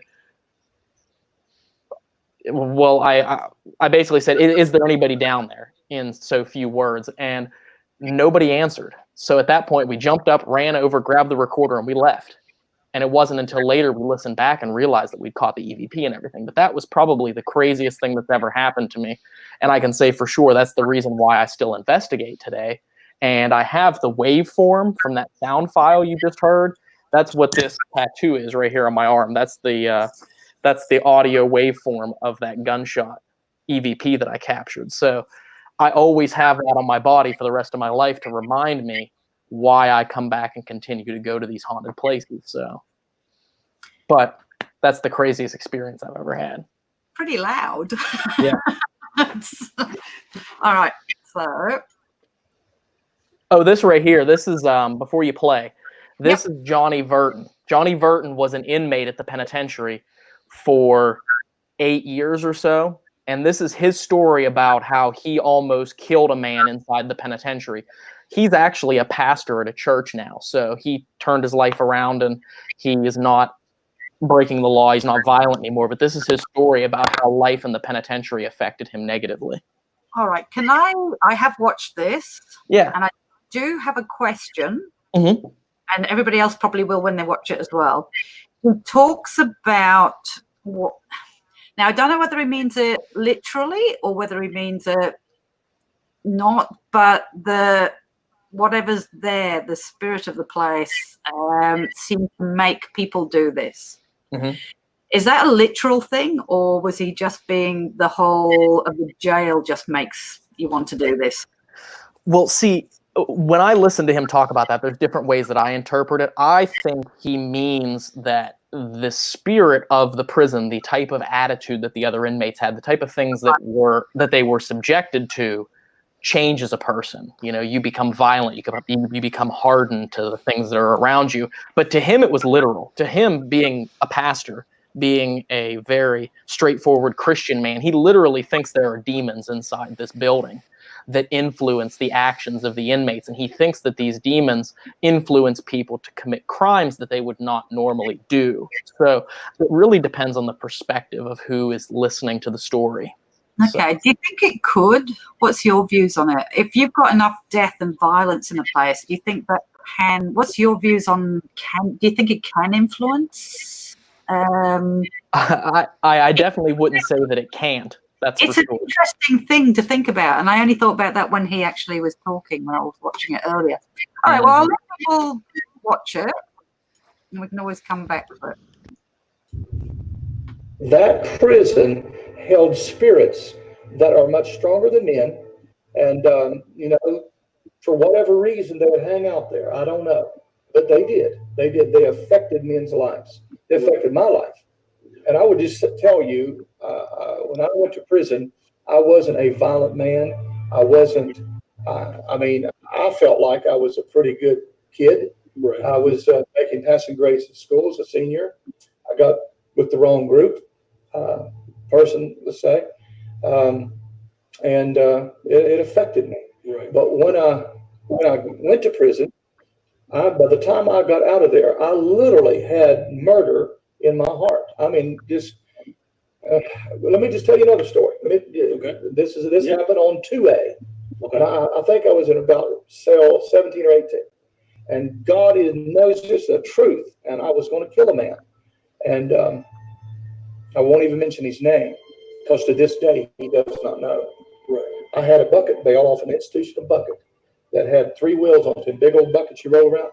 The bail off of it, you have to imagine how long they are, and still had the hook on one side. Right. The other side was as sharp as a needle, rolled on the concrete until it was just super sharp.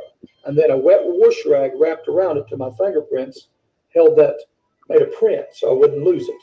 Yeah. And then I had a small styrofoam cup of spick and span with warm water in it mixed up. He was a hall boy, and what he was doing is loud-mouthing me, kind of in a jovial way, but I took it very serious of an escape that I was trying to set up. He upset me so bad. I never had really killing in my heart. Just really, I'm gonna kill this guy. Yeah. I'm gonna take him out. I could actually hear that bucket bail going through him and hitting the concrete. I was going to throw the spick and span in his face, put his eyes out, and it was over. Right. And I knew I was going to get life. I already had a 5 to 18. I had a 1 flat, a 2 flat, and fixing to get a 5 flat. And my life was over. Well, I said, plus, after that, of course, I was facing life for kidnapping. Right. So I got to the point I don't care. I don't care. And just the breeding of those spirits there, I heard of this young man that I knew, and this guy they wouldn't hurt a flea. He's one of the nicest young men you'd meet. Right. When I got out, he was the one that helped kill Roland Vance. Really? Yes. That boy would never hurt anyone. Yeah. And so those spirits definitely affect you. You grow bitter. You grow the constant depression factor. Yeah. And just adding and adding over time. I've seen people get violent. Terry stabbed that boy 42 times over a TV tube. To look at Terry, to talk to Terry, you would have never dreamed, right, your wildest imagination. You just wouldn't imagine that he would be so violent and he'd be so affected by his surroundings that he would go to that extent. Right. But he did. But I know when I left with that spirit in the end, wanting to kill that man. I walked out that door with it in Huntsville. And I gritted my teeth for months and days, and living in my own home, and until the Lord delivered me. That's exactly what happened. Okay, pause it there. Pause it. So, I know that was long because he's a very good storyteller, but he does talk a lot whenever he tells stories. Love Johnny Verton. He's a wealth of knowledge of all the stuff that happened at the penitentiary. But that was kind of an interesting story, and it was at that point it was myself, Dave, and Steve, and I was actually running camera back behind. It was really interesting to hear him tell stories. If you watch the actual episode, he goes into a lot more stories about all the things that happened there and all the other experiences that he had whenever he was incarcerated there. But it kind of shows you the attitude of the penitentiary, the people that he claims he would have never dreamed they were capable of murder, and then he ends up either witnessing or hearing that they had committed these really violent crimes, stabbing someone 42 times. And it's kind of interesting to hear his take, being that he lived it. He was an inmate there. Interesting to hear his take on why he thinks that's the case. But he still comes back to the prison at times. And Jason's actually given him a tour. Oh, have you? Did he enjoy it? Yeah. That wouldn't be any pressure. Yes, like Ryan said, he is certainly a wealth of information. He's a very nice guy. It's actually interesting because we get the inmates coming on our tours and the guards at the jail you want to come to. And, that history, the anecdotes they tell is the true history of these places. The things you won't read in the history books is kind of important. So it's always fascinating having them on. Mm-hmm.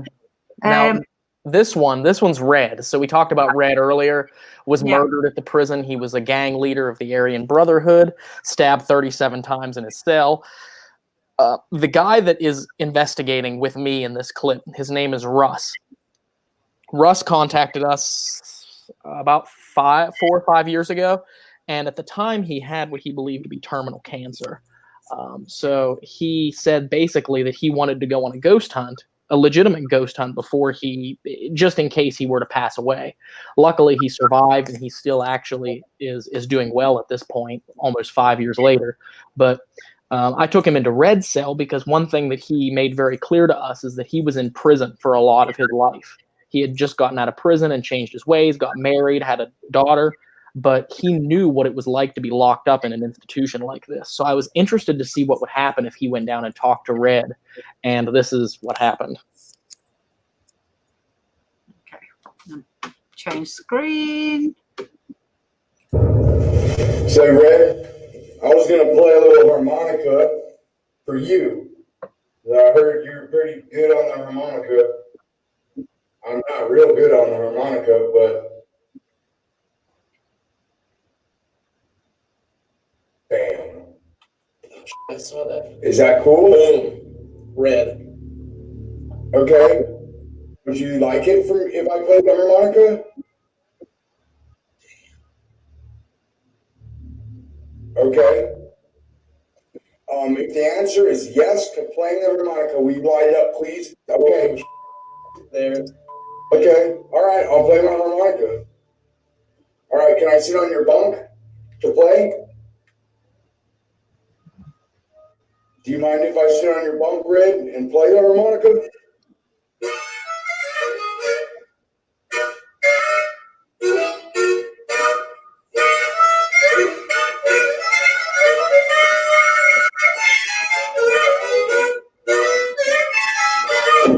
What's that?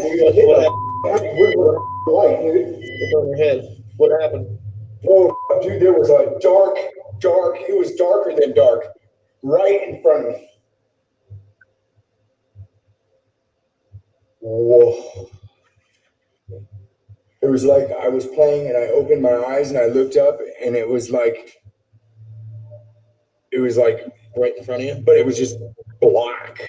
Huh. I didn't catch anything on camera, but that doesn't mean, you didn't see it.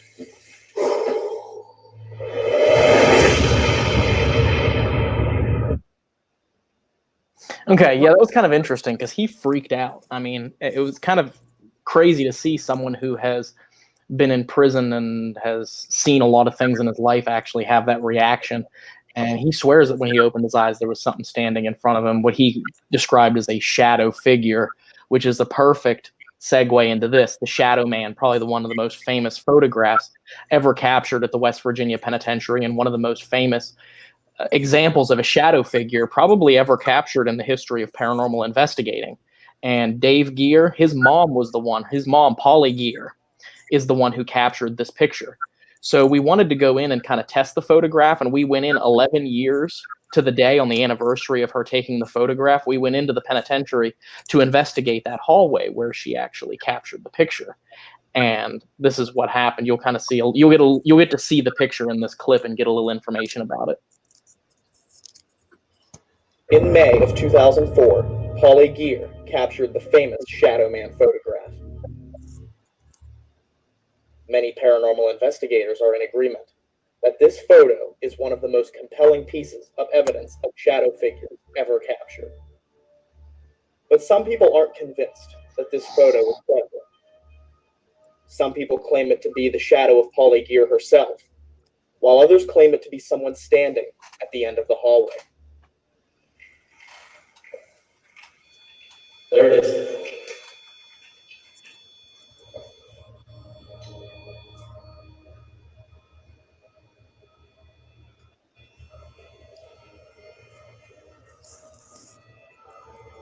Get closer to it. Come on now. Shockingly, at 11 years to the minute since Polly Gear captured the Shadow Man photograph, our REM pod begins to alarm. A strong static energy engulfs this hallway.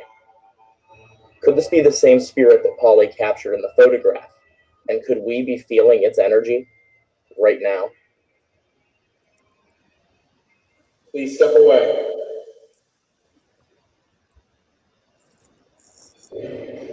Holy my God. Did you feel that? Oh my God. I'm not sure that wasn't crystal. No, dude, she can't even get past the gate. It's locked. The gate's locked. Dude, what the I've got that fight or flight. God, that was loud as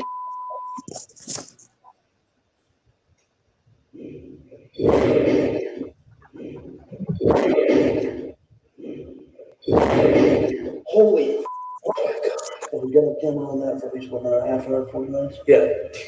Do you feel that? Yes. Oh, let's go. Okay. So that was kind of interesting, and I really like that clip because that was really similar to the sounds that we were hearing when you were investigating the first time you were ever there, right, Tag and Allison?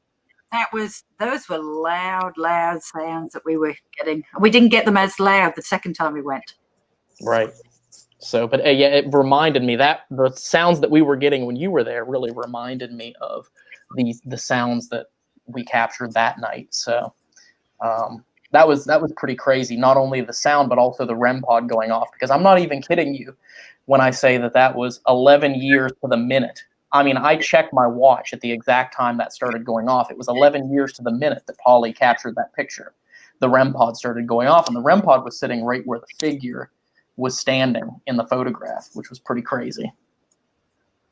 So yeah, we didn't get to do. That's the one thing we didn't get to do all of the penitentiary. The first time we went, it was going off in the medical area that we were there the whole night.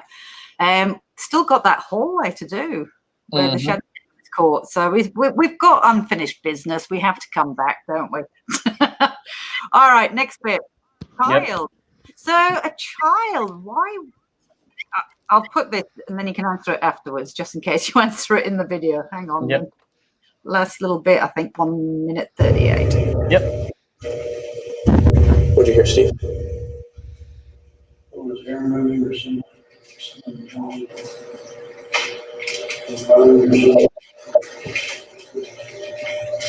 Wait, was that you? Is that Corvin? Was that you? No. I heard it sound like a girl, a little girl again. Mm-hmm. I heard that, but I thought maybe it was the wind. Yeah, it sounded like I thought it was you because I thought it came right from in front of us. just as we were moving through the back door to get to the hallway where Dave and Kristen felt this strong burst of energy, we heard with our ears and captured on our audio equipment what sounds like a disembodied voice. This voice appears to be a little girl giggling. Could this be a dark spirit mimicking an innocent child in order to draw us in?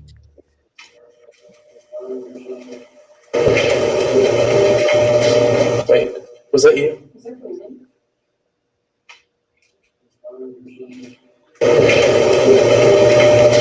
Wait, was that you?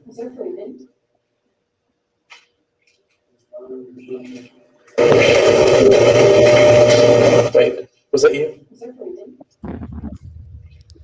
Okay, and you can stop it there. The rest is just pad. The rest is just filler pad. So, yeah, what was kind of interesting about that, that's not the only time people have actually heard or seen a child in the basement of that prison. Now, as I alluded to there, some people believe, and a lot of other investigators have thought that it might be like a darker spirit. I'm not sure if I subscribe to that, but it is interesting that you would capture a child's voice in the basement of an all-men's prison. Yeah, well, so that would be strange, wouldn't it? Unless it's something that was there before. Right. The prison was built. Unless it predates the prison, or actually there weren't really kids, because that sounded like a 3-year-old, like 3 or 4-year-old kid. So you wouldn't have kids there that were that young, but also before the prison was built, there was a whole like settlement and colony that was just a couple miles away from there called Elizabethtown. And also they believe that the Native American tribes lived on that land. And of course, kids, they, no matter what culture they're from, kids will still giggle and laugh and, Well, it's called Mansville for a reason, isn't it? Mm-hmm. It is, yep, because right across the road from the penitentiary is the largest burial mound, the largest conical burial mound on the continent of North America is there in Moundsville. So maybe it's something that has to do with the tribe that used to live there. I don't know. Cag and me had our experience after we finished there, didn't we, Cag? Craig's bored looking. We did. Picking his nails. It's like, oh, God. Yeah, Cag, Alison are coming on again. Jared! Hello. Mate. You tell the story about Mansville. I'm going to find the ghost tube video that Amy sent me from the arcade. So you lot talk to each other, answer some questions. And guys, for those who are still here, thank you so much for still being here and watching this. I know it's gone for 3 hours and 11 minutes, and it was only going to be 2 hours, but hey, we're having fun. And you get that extra. I did warn everybody. This was about a hangout. All right, this was about everybody just hanging out, coming in, asking questions, leaving when you want. These guys must be getting really tired. Jason, what time is it over there? It must is be quite 2:30 in the morning here. Well, there you go. It's only 3:45 in the afternoon here, so cheers. Cheers. All right, we are very close to winding up, guys. Give us another 5-10 minutes just to wind it up. You lot talk amongst yourselves. I'm going to dig around Amy and Jared and find your arcade. Me about Ghost Tube. And then Jared, while we've got you, you can talk a little bit and plug Ghost Tube. So okay. let me go and find it. Amongst yourselves. Dave Gear was in the comments there. He asked if he could get a shout out from the PQ guys. So shout out to Dave Gear in the comments section there. The third, one of the other 4 guys that is with Paranormal Quest, still hanging in the comments at 2:14 in the morning where it is here. So Dave, we're going to get you on. Hi, David. In fact, what we'll do is next time we'll drop Jason and Ryan. And we'll have you and Steve on. All right. Sorry, we're totally eating noodles as well. We haven't had lunch. That's fine. You carry on. I just realised I haven't eaten today. The Yeah, I coach. was like, oh, give me that. My The video's head. a bit longer. I should maybe make some noodles or something. Well, Craig, we were supposed to be going to America, weren't we, together? We were. Yeah, we were going to get over there. But I was not lost yet. As soon as, I think half the population over there's in a lot of trouble, aren't they? Jeez, we're hearing a lot of bad news out of America. Pretty sad. Yeah, that's for sure. There's a lot of bad news over here, but also we're staying positive over here. So I think you have to, don't you? You have to see the positive side of it as well. well, you know what they say, America's always got to be number one at everything. So why not be number one at confirmed cases of deadly virus that's going around? Yeah, yes, that's true. Well, the other place we were going to go to was England. So, I mean, they're just as bad, aren't they, at the moment? We were due there after you went. I think we were due there, 3 weeks after? To England. Oh, but we were supposed to. Craig, me and Cag were supposed to go to Tasmania first. I think next week. Yeah. Maybe. But you guys, Jason and Ryan, all right, when you complete your flights in credit, just a thought, if you extend your trip by another weekend, I'm sure Charmaine from Tasmania's Most Haunted Willow Court Asylum would love to have you down there as well the weekend after. Just thinking. Yeah. I know Amy would love to get back down there, so. Yes. We have a lot of time to plan ahead, so. Maybe we've got more time to plan. Cool. That's right. There you go. Maybe a positive out of it. You got to look for the positive. It's just such a shit time for everybody, and that's why we did this today. Is just to have fun, kick back, talk paranormal stuff. All right. Sorry, that was the Coke repeating. We're going to go to Amy and Jared. All right. Now, I don't know if Ryan and Jason know, but Jared is actually a programmer, and he has designed an app. Now, I'm not usually a fan of apps, but I do like this one because unlike many apps, Jared is able to explain exactly what he is using on a phone to be able to make this app work. It's called GhostTube. Got it right this time. Not YouTube. YouTube. I usually call it YouTube. GhostTube. I haven't played with it extensively. We have had some interesting things, but one of the interesting things was at the Adelaide Arcade, which is another one of our venues that we do. And I'm just going to play that. So it's got Amy's Crypt, and then Jared and Amy can talk about it a little bit more. So. All right, guys. So I'm just going to start running a GhostTube session here now. This is kind of the area I was walking through when my ear went weird, and I've never had anything like this before, and it still feels really gross now. Also, we do have a new feature on GhostTube. Unfortunately, this one at the moment is only available on Android or Poisoned. Android.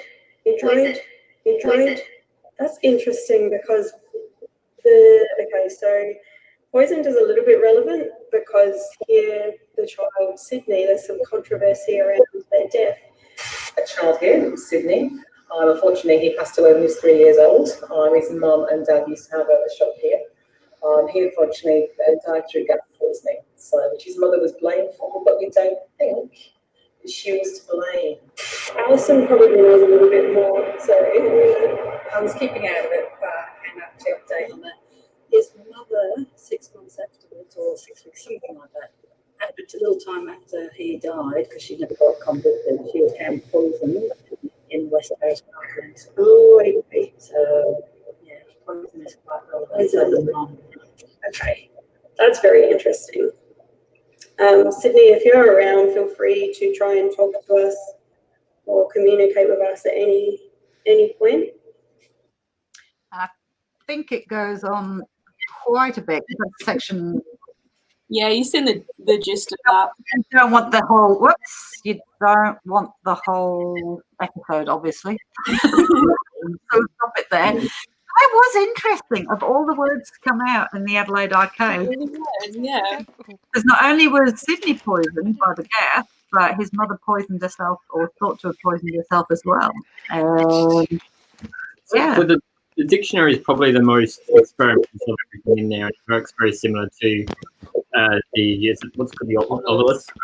So 500 pre-populated words and names, phrases, and based on your phone's magnetometer, which is normally used by Google Maps and other apps for direction, to detect direction, by detecting magnetic north, and that it can be used to detect magnetic interference near the phone. So it uses the same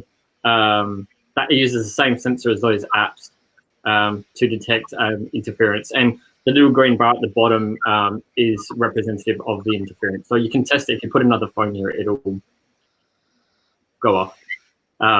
And similarly, excuse me, that same sensor gives its data as numeric numbers, and I assigned numbers to the 500 words, and if the numbers generated equals one of those words, it'll just use Siri or Google Voice to say it out loud. It's been pretty interesting to play with, and that dictionary, like, although it's experimental, we've had some really weird stuff come through, and a lot of my viewers or people who have tried the app have messaged me or told me about it, or even my mum had a really weird creepy experience with it, and it's like every now and then it will come out with something really compelling that you're like, whoa. That's why when I heard poisoned there, I was like, hang on. It just caught me off guard to hear that one out of everything we selected. And, like with all paranormal equipment, you can't really say that was a ghost, but it's interesting, huh? Yeah, I don't think it would be as accurate as a K2 meter in terms of the interference it detects, because it's not purpose-built. It's not purpose-built for that. We're using the same sensor, but it's not purpose-built for that. But it's still cool to use, and I think it's good because you can, if you're making videos, you can have your readings on screen, which is always hard when you're not pointing the camera at the right time at your K2 meter or whatever it is. So that's the main reason I think we get value out of it from a creator point of view. Where can people get GhostTube from? Apps, Google Play Store and the Apple App Store. It's free to download. The only thing I will say is if your phone doesn't have a magnetometer in it, some phones don't have a magnetometer in it, it won't let you download it. So if you don't have it, then the app's going to be pointless because you won't be able to detect magnetic interference, and you also won't be able to, so the dictionary won't be able to work either. So it'll just be a camera app otherwise. So we've made it so that you can't download it. So if you find that there's a message that says your phone's not compatible, that's likely the reason. Which is good, because then people aren't wasting their time getting it. Well, So. Yeah, I mean, the alternative was to let people download it and display an error message, but they're both disappointing outcomes for someone that really wants to try it. But a new thing on it as well, and it's based on what the phone already can do. Yeah, a new sensor. It's only an Android still, but the little sensor that's infrared that detects when you hold the phone to your ear, and then it disables the button so you don't cheek dial someone while you're talking on the phone. We're using that sensor, sort of like a REM pod in a way, like a proximity sort of sensor, but it's using a different, it's using an infrared light. If anything, it's more like the paranormal music box. It uses an infrared light, and if a hand comes near it within a few inches, it'll set it off. So we haven't actually got any actual responses on that yet, but we can demonstrate that it works by just putting your hand near the phone when we're using it. So we know the sensor's working, but we haven't actually had an God, if that goes off. Yeah, we haven't actually had the infrared light be triggered by unseen things yet. So that's brilliant. So we've played with it a little bit in Tassie. I think Charmaine, me, and Cag sat in a hotel and played with it, which we had some interesting results. I don't think the owner was very happy, but there you go. We did it on purpose because she wasn't very happy. But that's us. But yeah, look, guys, I guess we're keeping you up. It must be nearly 3 o'clock now in the morning. We still have another 35 minutes until it hits 3 o'clock in the morning. So. I noticed everybody going, are you still going? Yes, we are. We like to give you value for nothing. So it's free. But seriously, guys, thank you so much for coming on and spending your evening, and for Amy, your afternoon. sharing your time with all the people who've been watching. And hopefully people have enjoyed it. Hopefully my tech inability hasn't mucked it up too much. Oh, I've got to put this one. Hang on.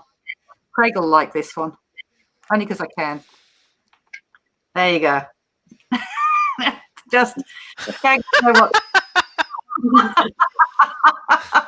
Because there's so many great memes around at the moment. Sorry, that just came up in my. What the? We call That's a very good one.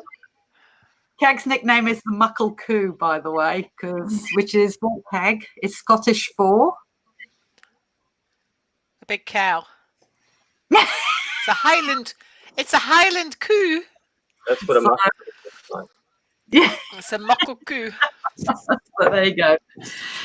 Oh, there you go. I haven't even got the kangaroos around. Otherwise, I would have shown you the kangaroos. But I've got mine. Hold on, wait a minute.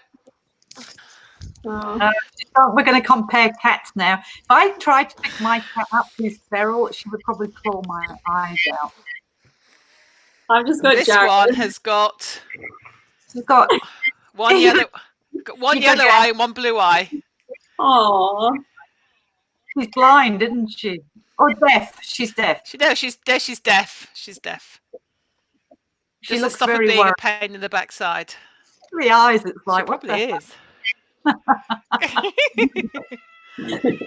She's been abandoned twice. We keep telling us a third time. It's almost bad. Bye for everybody, didn't it? Because it's been such a great afternoon. I hope you guys have enjoyed it as much as we have. And for those who've got tickets for all these events, I'll repeat: you haven't lost your tickets. All right, we're not stealing your money and running away because the event didn't take place. It is going to take place. These guys, hang on, I've got to get my Cag. Do your finger thing because my fingers. Cag fingers. You're supposed to note down to Jason. We still haven't got it on pat. All right, these two guys there. As soon as it lifts, apart from October because that's their busiest time, Halloween. All right, they will be on a plane. That plane, we've got it in credit for them. They will be on that plane. They will be heading out here as quickly as possible. All your tickets are valid. Hold on to your tickets because all we're going to do is change your date. That's all. So if it's a sold out event, you're in that sold out event. It is going to happen. Amy, hopefully you'll be around to also be in that sold out event before you go off winging it around the world again. And Jared. And Jared, because Jared's agreed that he'll come and do a ghost tube and teach people how to do the ghost tube, I believe. And some more shameless self-promotion. And most same, yeah. So definitely these guys are going to come out. I think they're still excited, aren't you? You still want to come out and see Australia? Oh, absolutely, 100%. You know. Good, excellent. And we must get the rest of your team on. Dave and Steve, so they must come on as well at some point. Apart from that, thank you so much. I guess we should wind up. Thank you for everybody who's watched today. You can all go to bed now if you're not from Australia. If you're from Australia, go and get yourself another drink or do whatever you have to do on a Good Friday. That's right. Or go to bed. You know, who's going to judge? You know, if you want to go to bed in the middle of the afternoon. Yeah, I'll have a nap. Bunny says good night. All the way from America. So there you go. Excellent. All right, we'll say good night. Thank you so much. And we'll go and give these guys a bit of love and follow their channels. All right, down there. Okay, catch you later. Bye. Good night. And you Bye. Good night. Because you're all going to be